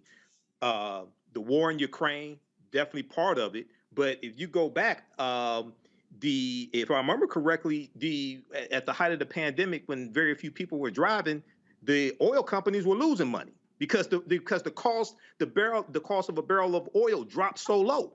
Okay, so that's not talked about. So you have to put all that in perspective. Remind people about that because a lot of people don't follow this every day. They just look at the price of gas and they say, "Oh, is Biden's fault?" or things like this. So yeah, you have to do that. And then also, we're going to see the price of food continue to increase because we see that Russia is keeping wheat exports they're taking control of wheat exports from Ukraine. That's going to cause a problem also in a shortage of wheat as well. So. And then you have African countries. Putin just met with some leaders of African countries, and they were talking about the African countries are talking about the hunger that the lack of wheat and other products, the impact that's having on Africa. So this is global. Okay, inflation is global. The supply chain issues are global.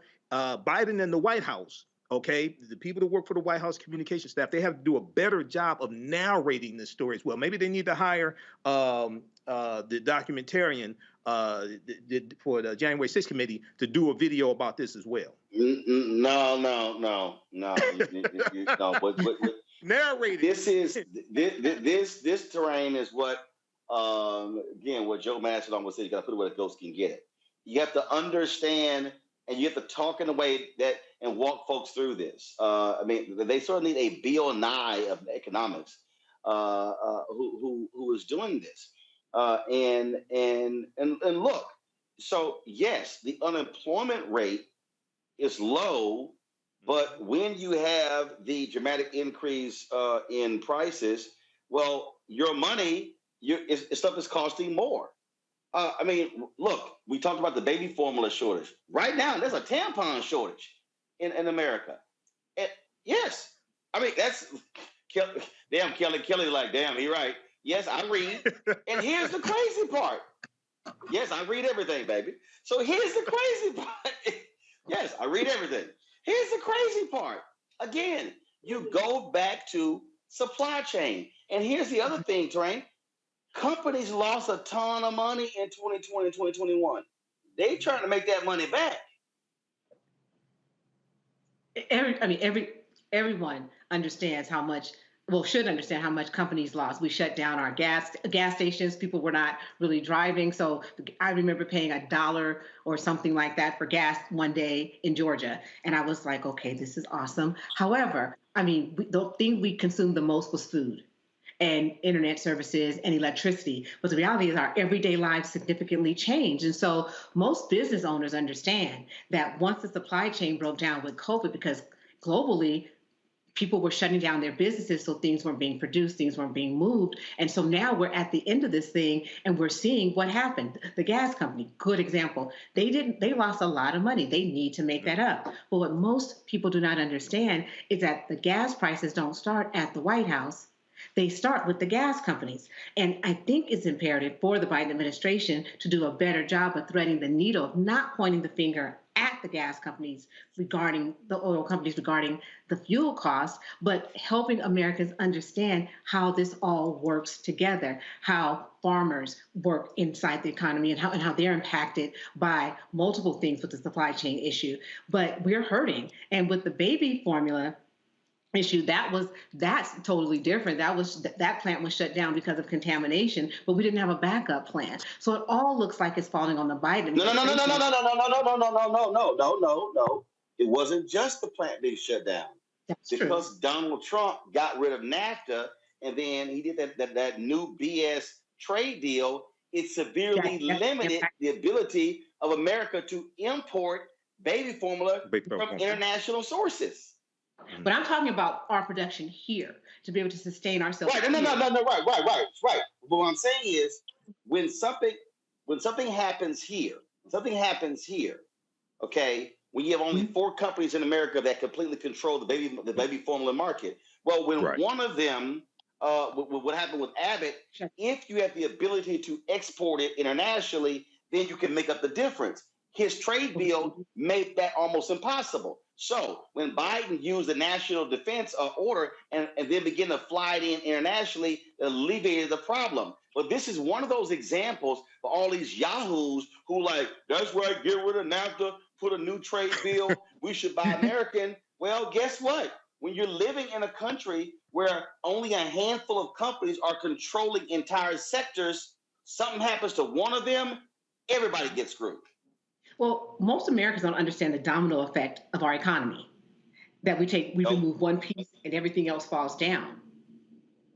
But the Biden administration, they definitely have to figure out a way to have this conversation with America.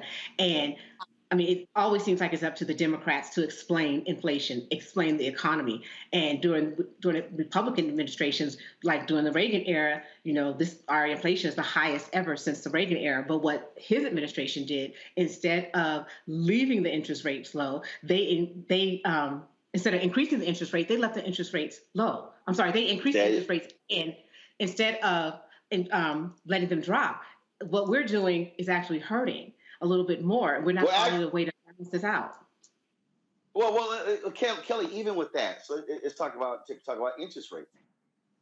One of the biggest problems that we also have had, because we had the economic downturn in 2008, 2009, 2010, the Fed dramatically lowered interest rates. Mm-hmm. Okay, you can't have interest rates that low for a decade. Right. You can't. You simply can't. But see, everybody was fixated on, oh, no, don't do anything. You're going to hurt the economy. What we are now seeing is when all of these forces converge at one time. Look, why is it that I don't have furniture for our new set piece? Because when I went to the furniture places, they said, oh, it's going to take 9 to 12 months to get that. Mm-hmm. Wow. I was like, are you serious? Yep. They said it was going to take 9 to 12 months because everything across the globe shut down with COVID. Everything. And so you're trying to ramp up. So right now, they're trying to kick goods out the door. Now, guess what? Well, the problem is I'm trying to make goods, but if they have a shortage of goods, because the same problem with COVID, I can't make something because they don't have it. So now the furniture maker is sitting there saying, I'm ready to make some furniture. Oh, but we don't have enough raw materials because we need to have more people to gather raw materials because we all got impacted by COVID. And so all of these things are what's contributing to where we are with inflation. And Kelly, I had somebody say this here. Somebody said, hey, I'm not worried about the explanation. When is gas going down? All this is bullshit. We're just screwed. All this is a mess. Okay, but here's a problem with that. Terrain just said it. Hey, when she said she paid $1 or something, oh, we were all we're happy. Ooh, gas is $1.99. Gas is $2.09. Gas is $2.19. But you know who was getting hurt while that happened? Texas, Oklahoma, Louisiana. Why? Because those 3 states depend significantly on Wyoming, depend on oil and gas money. Well, then guess what? Michael said it. The cost of a barrel was like $14, $15. Now all of a sudden, you look at the cost of a barrel, and guess what? Gas companies flushing cash. So one sector of the country is going to be pissed. Another sector is going to be happy. If you work for the oil companies, you're real happy right now because you're rolling in money. When it was $14 a barrel, they were doing layoffs. And so it does require someone talking in regular, everyday language for somebody can like, oh, that's what's going on? Because I'm sorry, what the White House is saying and what Dems are saying ain't doing it. And I understand all that. Like, I am one who loves explanation of things because for me, it makes me feel better. It gives me, even though I don't necessarily have it, it gives me a semblance of control. If I know what's going on, I can function accordingly. But even with that, not to say that the explanation is irrelevant, because you're right, it is absolutely relevant. Everything is happening for a reason because of a longer chain of events that goes beyond just these past couple of months or year or so with the Biden administration. But the fact of the matter is we have people in this country, specifically Black people in this country, who are still already under living wage, who are still living in poverty, who were living in poverty before all of this stuff happened, who literally cannot afford to understand the explanation. They just need solutions. I just need solutions, and I'm not necessarily in that boat. So yes, the explanation is great. I feel better, intellectually speaking, why things are happening. But at the end of the day, I'm a woman who has a monthly period, and I just learned today that we have a tampon shortage. Why is it that during a pandemic, people thought we weren't going to need tampons? How is the supply chain so broken that in the 2 years that we were in the house, we were bleeding in the house? Not to be vulgar and crass about it, but my period didn't stop just because I wasn't commuting to work. If anything, it felt worse. So, like, why are the necessities broken in the supply chain? Babies didn't stop being born. Hold up. This is the answer. Quote, the shortages appear to stem from supply constraints around key materials like cotton and plastic, which are also used in personal protective equipment. So the problem that we have is that we went through a pandemic and there was an explosion in the need for PPE. And so I totally understand that. No. But here's But again though, it's one of those things that I know it's hard for people to grasp, but it's like, look, the amount of PPE that was needed across the globe just exploded. Like in terms of the number of masks and gowns and gloves and everything. Mm-hmm. Well, again, that happens. The stuff got to come from somewhere. And I totally understand that. Do not get me wrong. So the problem is we are literally dealing with the painful after effects of COVID, of literally 2 years of COVID. And I totally understand that. But at the same time, that pain comes at the expense of women who need tampons and pads and other feminine PPE. Yes, but remember, on the front end, Kelly, on the front end, let's go back to March 2020 and April 2020. You had hospital workers who were reusing gowns and gloves and masks. And so we had that problem. And so what was happening then? Folks were scurrying around the world trying to find anybody to get PPE. Well, because factories had shut down, you didn't have folks who were working. And so, again, what we're dealing with right now, and all these people who are like, I blame Biden, I blame Republicans, I blame them. The reality is, we are living through the third quarter, if you will, of what we experienced in the first and the second quarter that is dealing with COVID. And there is nobody, there's no political party, there's no political person who can say, oh, here's the answer to how we fix this. You literally are going to have to build your way out of it. And this might be, I mean, it's June. I'll be honest with you, I wouldn't be surprised if we're not in this same situation for the next 12 months because you have to build back capacity. And again, I get all that, but it still comes at the expense of women. And my issue with this is, and I understand, and it makes complete sense, but at the same time, you took the everyday needs of women and leveraged it against a pandemic. Just from a supply chain issue, that's a problem. So this is not taking from women. This is everybody. I know it is everybody. You took it, yeah, but you took from everybody. You took, and so here's the deal. This is very simple. If I've got 5 cupcakes, I got 5 cupcakes in my hand, and I got the 3 of y'all and 10 other people.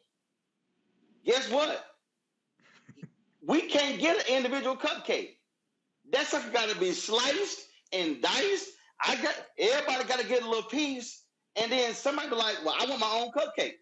You can't. And I mean, I know it's basic, but this is really where we are when we start breaking down look. Michael just talked about mentioned with wheat. Again, matter of fact, I'm gonna go back to the same story.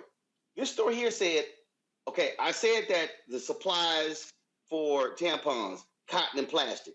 This is the same story. The war in Ukraine has further crimped supply because Russia and Ukraine are both major exporters of fertilizer, which is used to grow cotton. Yep. So damn, we've been having a hard time growing the cotton to use for the Goes back to Putin invading Ukraine. Yep, we're dealing with a global economy. There's a wheat shortage. And I understand. And Roland, let me jump in here for a moment. We both get, as women, that there was a redirection of resources because we needed to have the supplies directed to take care of the PPE. However, as women who have this issue that we can't do anything about, someone should have said, wait a minute, we need to make sure these women are taken care of because there's nothing they can do. But here's the deal. You literally couldn't. This is what I totally understand what you're saying, and I totally sympathize with it. What I'm saying is that literally could not happen. The struggle that we were in, we had a massive demand for products that we ordinarily didn't need. We wasn't using no damn masks. We weren't using masks. We were not using gloves. We were not using all this sort of stuff. So you had this immediate massive demand. So all of a sudden, you had companies that literally stopped whatever they were making and shifted to making those particular products. But here was the problem. Those manufacturing places also shut down because the workers weren't there. So in every single sector, you literally didn't have workers. You didn't have anybody can make it. If I had my backpack, there's a CamLink card. There's a CamLink card. It's a broadcast card. See, this ain't just about tampons. This card allows me to plug up my camera to my laptop and use an external camera to broadcast my show. That little card is $129. When COVID hit, for all of 2020 and half of 2021, that sucker was $1,000.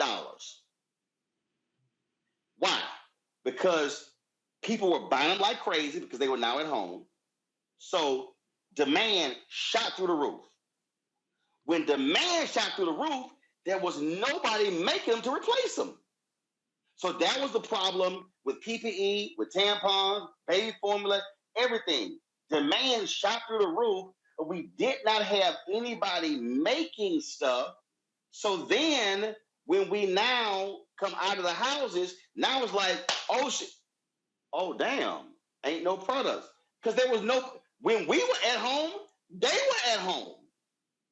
And this is, I mean, where we are, so that's the oil, that's the food, that's everything. And I just think that a lot of people, and I've been reading these stories, a lot of people just really don't understand how our worldwide economy is so now interconnected that one little thing that happens in a corner of a country could cause massive shortages and higher prices in America. And then folks are like, man, y'all got to fix this. There literally is no fix except to now ramp up production as fast as possible. That's the only fix that we have. But now you need people. And now you have the Great Resignation.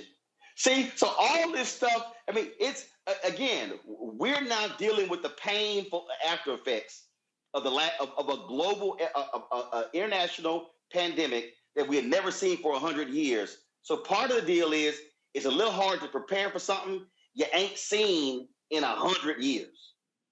And that makes sense. Michael, go ahead. Michael, go ahead. Michael, go. Roland, just very Michael, quick, you want to make... Yeah, I think you're looking at the article from CNN, a tampon shortage is the latest nightmare for women.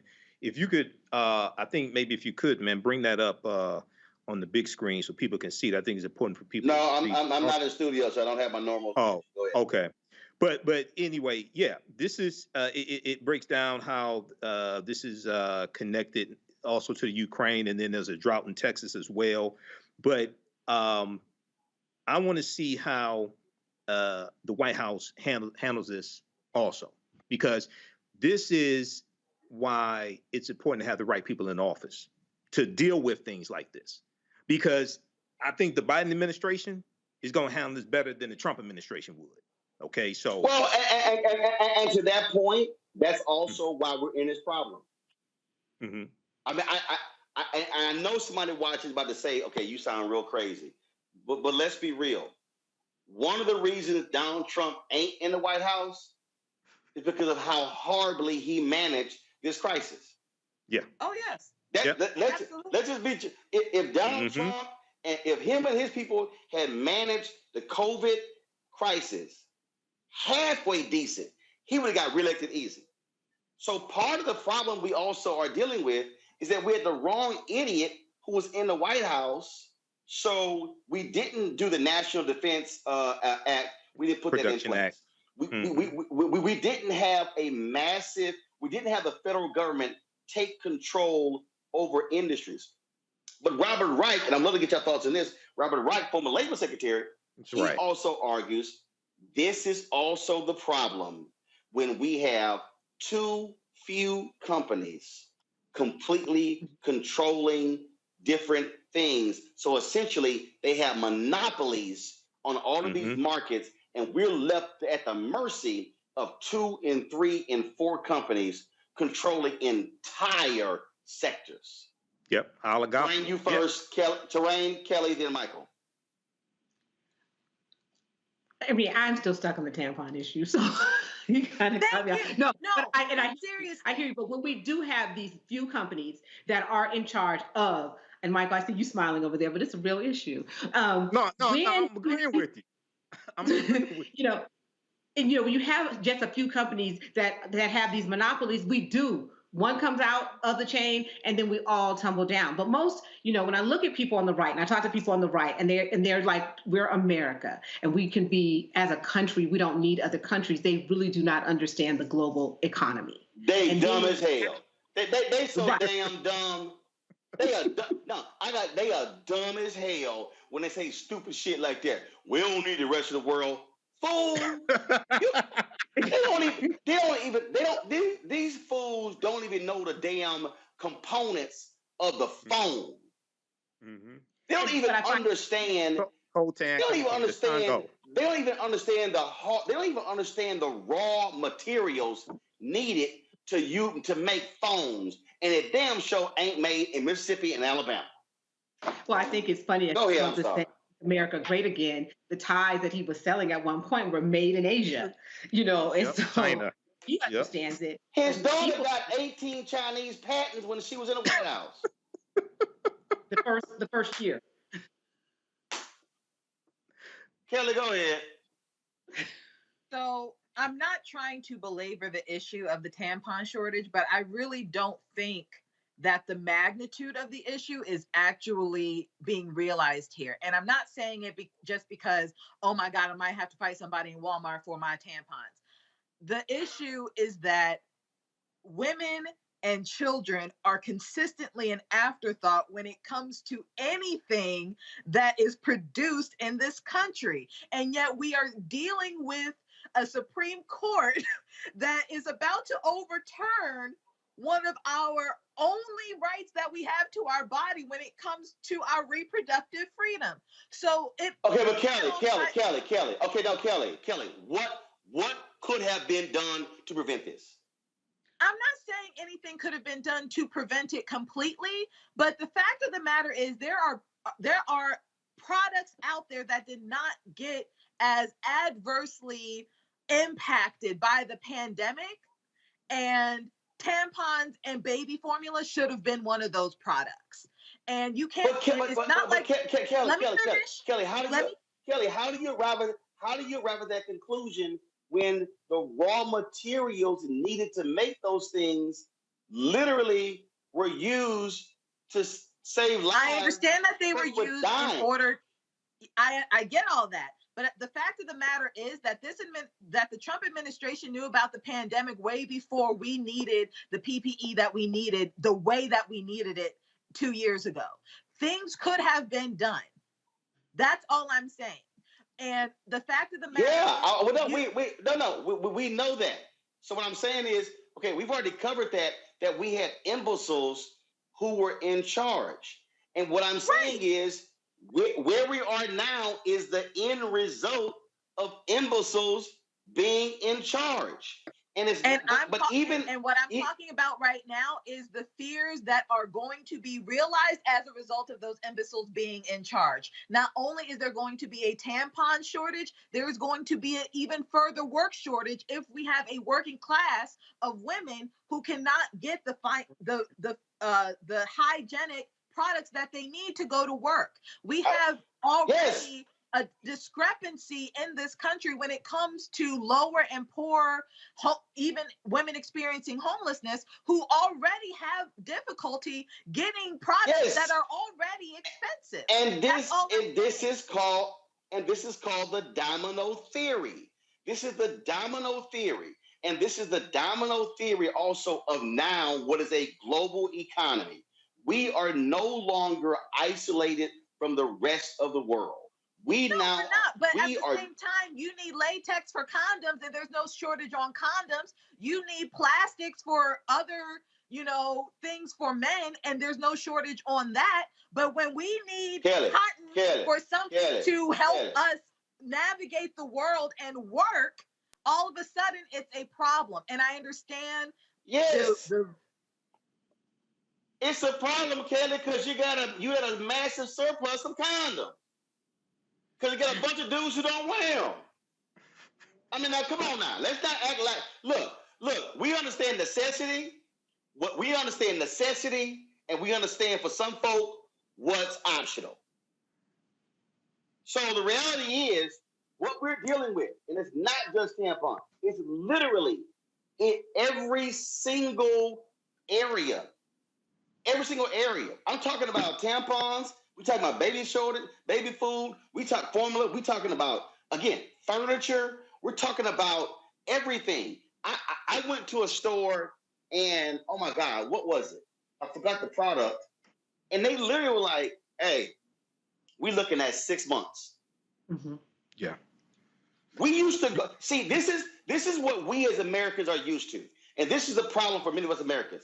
We are used to going to the store and seeing 100 items. Or we go, well, guess what? Target's out. I'm going to go to Walmart. Walmart's out. I'm going to go to Lowe's. I'm going to go to Home Depot. So everybody got surplus. The problem now is they got 5. They got 5. They got 5. It's rationing. And so what we now are seeing is this tampon. Hell, I You get can't that, ration pads. You can't ration. You can't ration, Kelly. You can't ration tampons. You can't ration pads. But we were in the middle of a pandemic. People were dying, and doctors and nurses were saying they were sleeping in the same PPE for 30 and 60 days.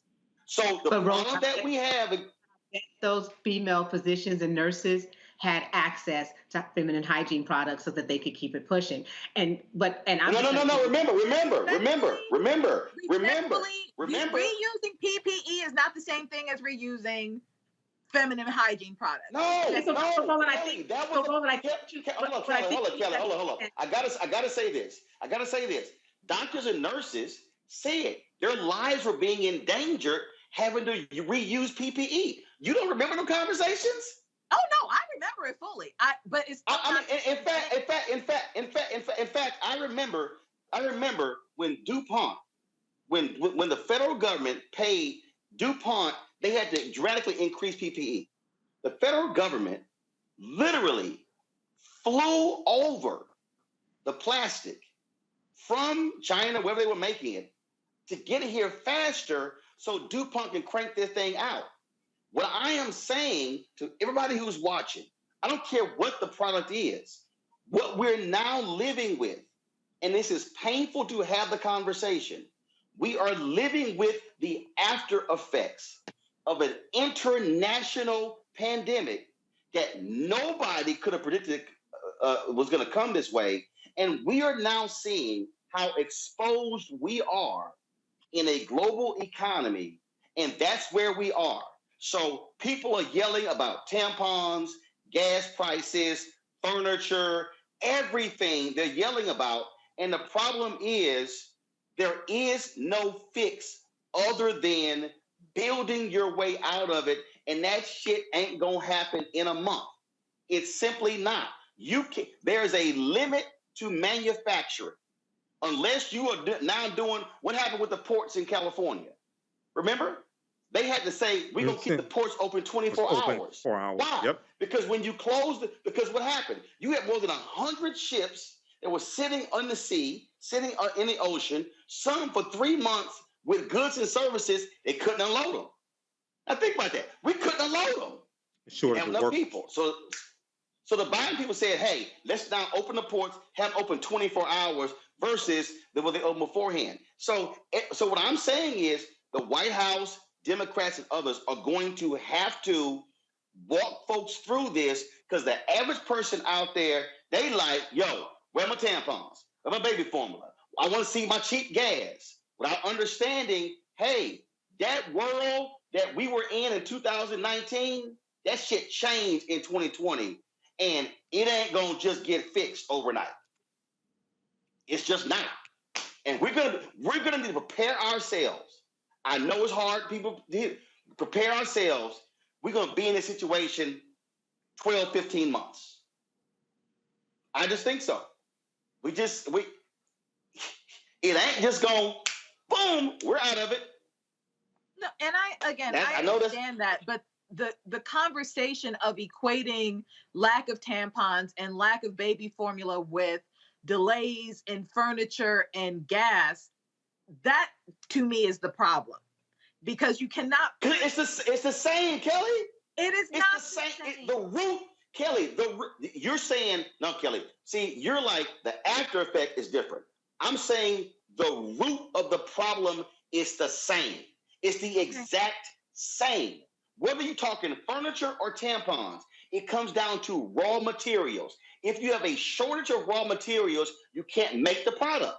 If you have a shortage of cotton and plastic, you can't make tampons. If you got a shortage of wood, you can't make furniture. If you got a shortage of baby formula because Abbott Laboratory went offline and then we couldn't import, guess what? It's the same thing. So what you're talking about is the impact on the user of the product. I'm talking about the shortages of the raw materials and the lack of manufacturing facilities to make the products and lack of employees to work the manufacturing facilities as a result of COVID laying people off has led us to this problem. That's what I'm saying is the same, not how the product is used and who uses it. Okay. Final comments, Terrain, Michael, Kelly, go. Regarding the inflation, I mean, everyone is being impacted. I hear what Kelly is saying, that it seems like, once again, when we talk about the economy and inflation, that women and children are taking the hardest hits. Okay. And even though the root of the problem is the same, the end result is that women and children take the hardest hit. We were taxed on diapers, taxed on feminine hygiene products in a way that others who don't have our issues don't understand. So this just feels like another issue for us to deal with inflation. But it's really important for the Biden administration to take, the press secretary is not the person who should be talking about this. We actually need someone from the Department of Labor, someone from Treasury, and just someone to talk about this, and who's an economist, to explain it to people and help show where the end is going to come. Like, we were able to redirect resources for the sake of PPE. We need to look at redirecting resources so that we take care of the baby formula issue and take care of the feminine hygiene issue. I mean, I know I'm making it seem like it's really easy peasy, but those are things that actually have to be addressed, and they're important for us as women. We just don't want to be considered like everyone else. This time, our need is urgent. Michael. Yeah, I agree. It's an urgent need, and hopefully they can figure this. This is another supply chain issue. Hopefully they can figure this out as well. And, this is reminiscent somewhat during World War II, when a lot of products were rationed. It's not the exact same thing, but wool was rationed, nylon hosiery was rationed, things like this. So it's not exactly the same thing, but hopefully they can figure out a solution to this and sooner as opposed to later. Kelly? I just reiterate what I said, but to Michael's point about World War II and the rationing, even in that era, women had to come to the forefront because the men were overseas fighting for our country. So even in that era, if you were, I'm sure Michael knows more about this than I do, but the wax. The hygiene of women was actually revolutionized during that time, so that they could be more effective in the workforce. So it's even worse now than it was then, because even as we rationed and made sure that our soldiers had what we needed overseas, and yet our babies could still be fed, babies were still fed in the United States during World War II. There was not a baby formula shortage or a milk shortage during World War II. There was not a feminine hygiene shortage in World War II. Why? So that is my point. The fact that we were Kelly, tell the audience why. Tell the audience why. Why what? Tell the audience. You said there was no shortage. Tell the audience why. I understand about the raw material argument. I get No. That's not why. That's not why.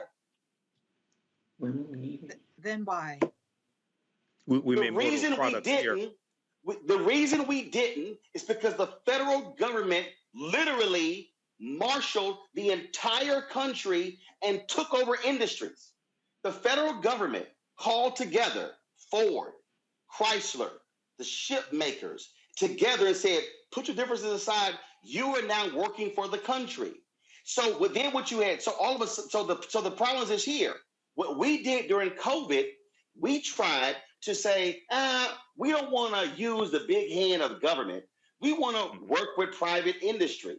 Okay. Right. When what really should have happened was we said to the pharmaceuticals, kiss my ass. You don't have a patent on vaccines. This is the federal government's patent. You're going to make these. We're going to pay you this price, and this is what it is. That didn't happen. We didn't do that with PPE. We didn't do that when it came to all of our goods and services. Trump and his administration tried the private enterprise. What did Jared Kushner do? Brought in all of his little MBA friends, in there, screwed stuff up. They had no idea about purchasing for the federal government. They had no idea about any of that stuff. And they were like, we don't understand this. Right. That's why Lieutenant General Russell Honore was saying the DOD knows how to do this. The Department of Defense knows how to buy shit for a lot of people real fast. And so the difference between World War II is we had a government that said, hey, we're calling everybody to this is a national thing. But what we tried to do in 2020 was to say, hey, no, we don't want to infringe upon these companies. And so we're just going to let y'all keep doing y'all thing. And we're going to just kind of do some stuff. Trump wouldn't even put in place the act. We had a law that literally said the federal government can put this act into place and take over whole industries. They wouldn't do it. So we're sitting in the situation right now because we had ineffective leadership in 2020, which is why he got voted out. And so now Biden is now having to deal with those imbeciles. And I think, frankly, President Biden should be more aggressive on using that particular law like he did with the baby formula to deal with this problem. I think the White House waited too damn long to invoke the powers to open the ports 24 hours on the West Coast. They waited too damn long. And so I think what they're doing is they're still stuck in this, well, we are capitalism and we don't want to we don't want to tell private industry what to do. No, this is one of those things where you tell private industry, shut the hell up, get this shit done for the American people. Y'all still gonna make some money. You're not gonna make as much money as if we keep it all in your hands, but that's the difference. And so comparing the two, we have to compare the actions taken by the government then to what the government didn't do during COVID. And that's why yes, women and children and families are now feeling the after effects of ignoramuses who were in charge during 2020 who made numerous wrong decisions. Like I never understood how we're sitting here begging China to make some damn masks when you actually had American companies. I remember reading a story of this guy out of Fort Worth who were like, yo, we can convert this facility and start cranking these things out. And they're like, well, no, we're just going to buy them from them. So he's yelling about China, and we were sending billions to them for goods and services that we could have been making. And then when they finally did it, the need is gone. So then we had a surplus of stuff. Now what the hell we do? Look at Target. Target just had, you see what Target's announced? Target just had a big sale. You know what Target did? Boom. Right. Why does Target have a big sale, Terrain? Because their surplus is high, so they need to clear their inventory. They went and bought a whole bunch of shit, and they stocked it up. They couldn't sell it. Now their stock price has gone down. Now they got a clearance sale, and for the consumer, oh hell, I can buy some shit at Target 70% off, but it's hurting the company's bottom line. Yep. So exactly. So unfortunately, and I hope everybody who's watching and listening, all these people who say it doesn't matter who's in office, this example, whether it's tampons or baby formula, is an example. When Donald Trump got rid of NAFTA, they didn't think, if we have a baby formula shortage, this is going to hurt. Literally changing that law kept us from importing Canadian baby formula. And now people kind of like, oh, damn, that wasn't a good idea. You think? Yep. I know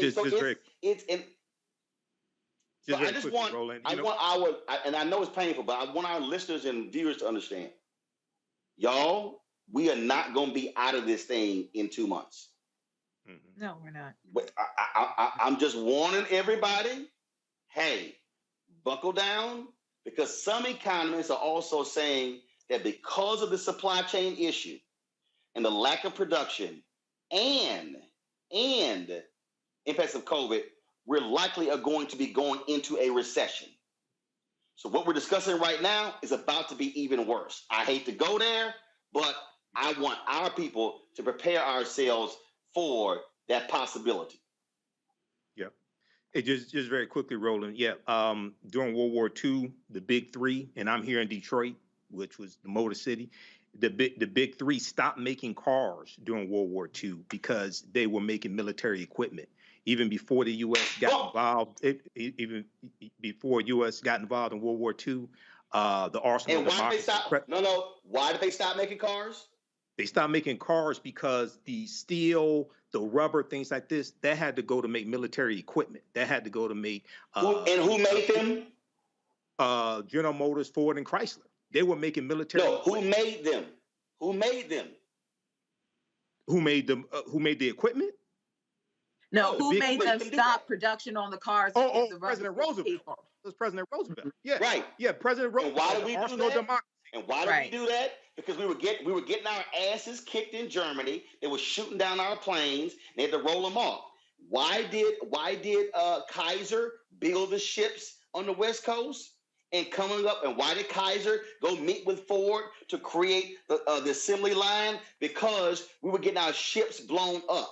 That's what caused us to churn out more ships. And guess what? More ships on the West Coast, more cars in Detroit, more planes in Detroit allowed for us to defeat the Germans in World War II, which then led to the GI Bill, which then led to the greatest economic expansion in American history because the federal government used its power to take control of the nation and say, we got to fix this problem.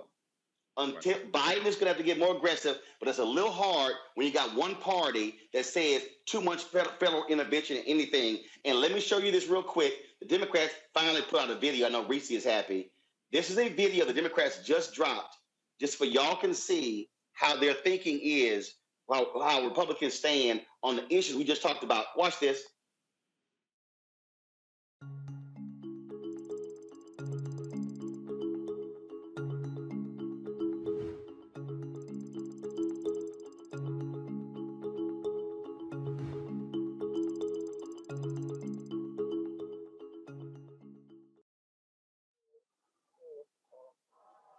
So right there, what you talk about, Kelly, Republicans voted against all three of those bills.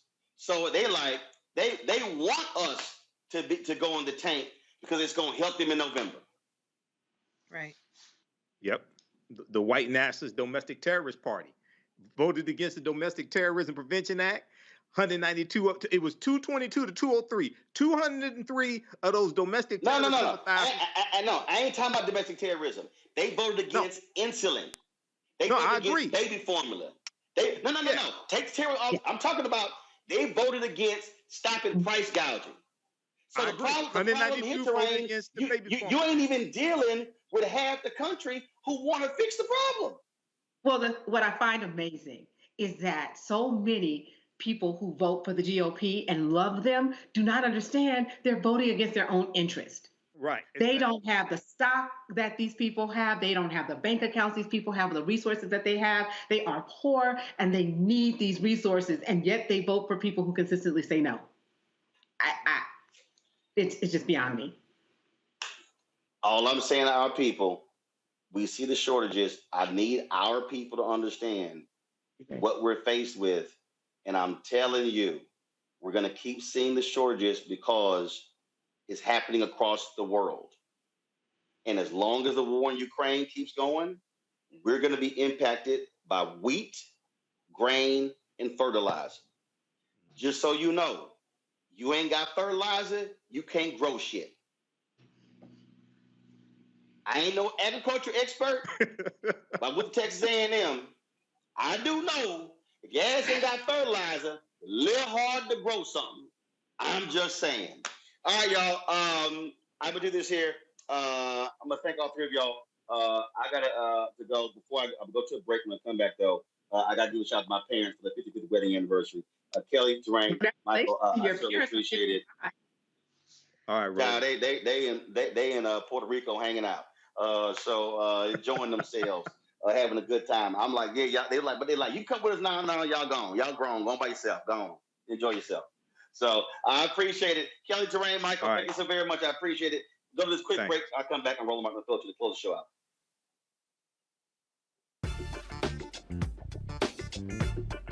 iPhone 13 on us for every customer. Current, new, everyone. To show the love. What? How about sushi? I just had sushi for lunch yesterday. How about tacos? Automatic emergency braking, one of 6 advanced safety features standard on every 2022 Chevy Equinox. Find new technology. Find new roads. Chevrolet. On the next Black Table, with me, Greg Carr, an amazing conversation with one of the most important thinkers of the last century. If you've ever taken an African American studies course, he is one of the pioneers that made it possible. We didn't come to UMass grateful to be there. We brought in people that were better than the white people that were there. Professor John H. Bracey Jr., historian, activist, prolific author, and amazing teacher. He joins us on the next Black Table, only on the Black Star Network. Love our new Alexa. It's a Buick. Yeah, Alexa. Buick. Alexa. It's a Buick. It's an Alexa. It's a Buick. It's an Alexa. Coach, that's a Buick. That's an Alexa. The Buick Enclave with available Alexa built-in.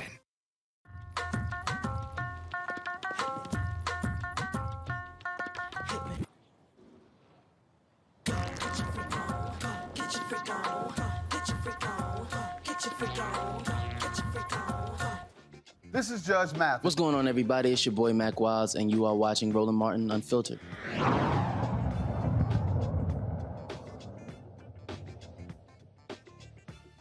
All right, folks, I'm going to close the show out. Again, I'm here in Los Angeles. The Equal Justice Awards will be happening tonight. There are a number of people being honored. Congresswoman Joyce Beatty is one of the folks. I am one of the honorees, Mario Van Peebles. We're here in Los Angeles. More than 1,500 people are going to be attending tonight's dinner here in Los Angeles. That is Attorney Benjamin Crump's Equal Justice Now Awards. Lonnie Love is going to be the host of the show, and so I'm looking forward to that. Folks, today, June 10th, my parents' 55th wedding anniversary. That's right. My parents, Reginald and Melda Martin, got married 55 years ago. That's the photo of them on their wedding day. They are out of the country enjoying their anniversary. Of course, my dad turned 75 in April. Mom will turn 75 in November. And so certainly, so that's the whole brood right there. I think that's everybody. So 5 kids, 12 grandchildren. And so it is certainly a big salute to them on their wedding anniversary. Folks, that is it for us. And then went over our time here. Hopefully, a lot of y'all now understand a little bit more about what's happening with the economy. So I'm telling you, things are not going the way we want them to go. But you know what? It's still better than having that fool Donald Trump in office. Folks, that's it. Of course, I want to thank all of our donors who support our show. We're doing our Bring the Funk fan club. That's it. I'll see you guys on Monday. Actually, I'll be in Atlanta. We'll be broadcasting from the UNCF conference Monday, Tuesday, and Wednesday in Atlanta. So until then, I'll see you. Holla!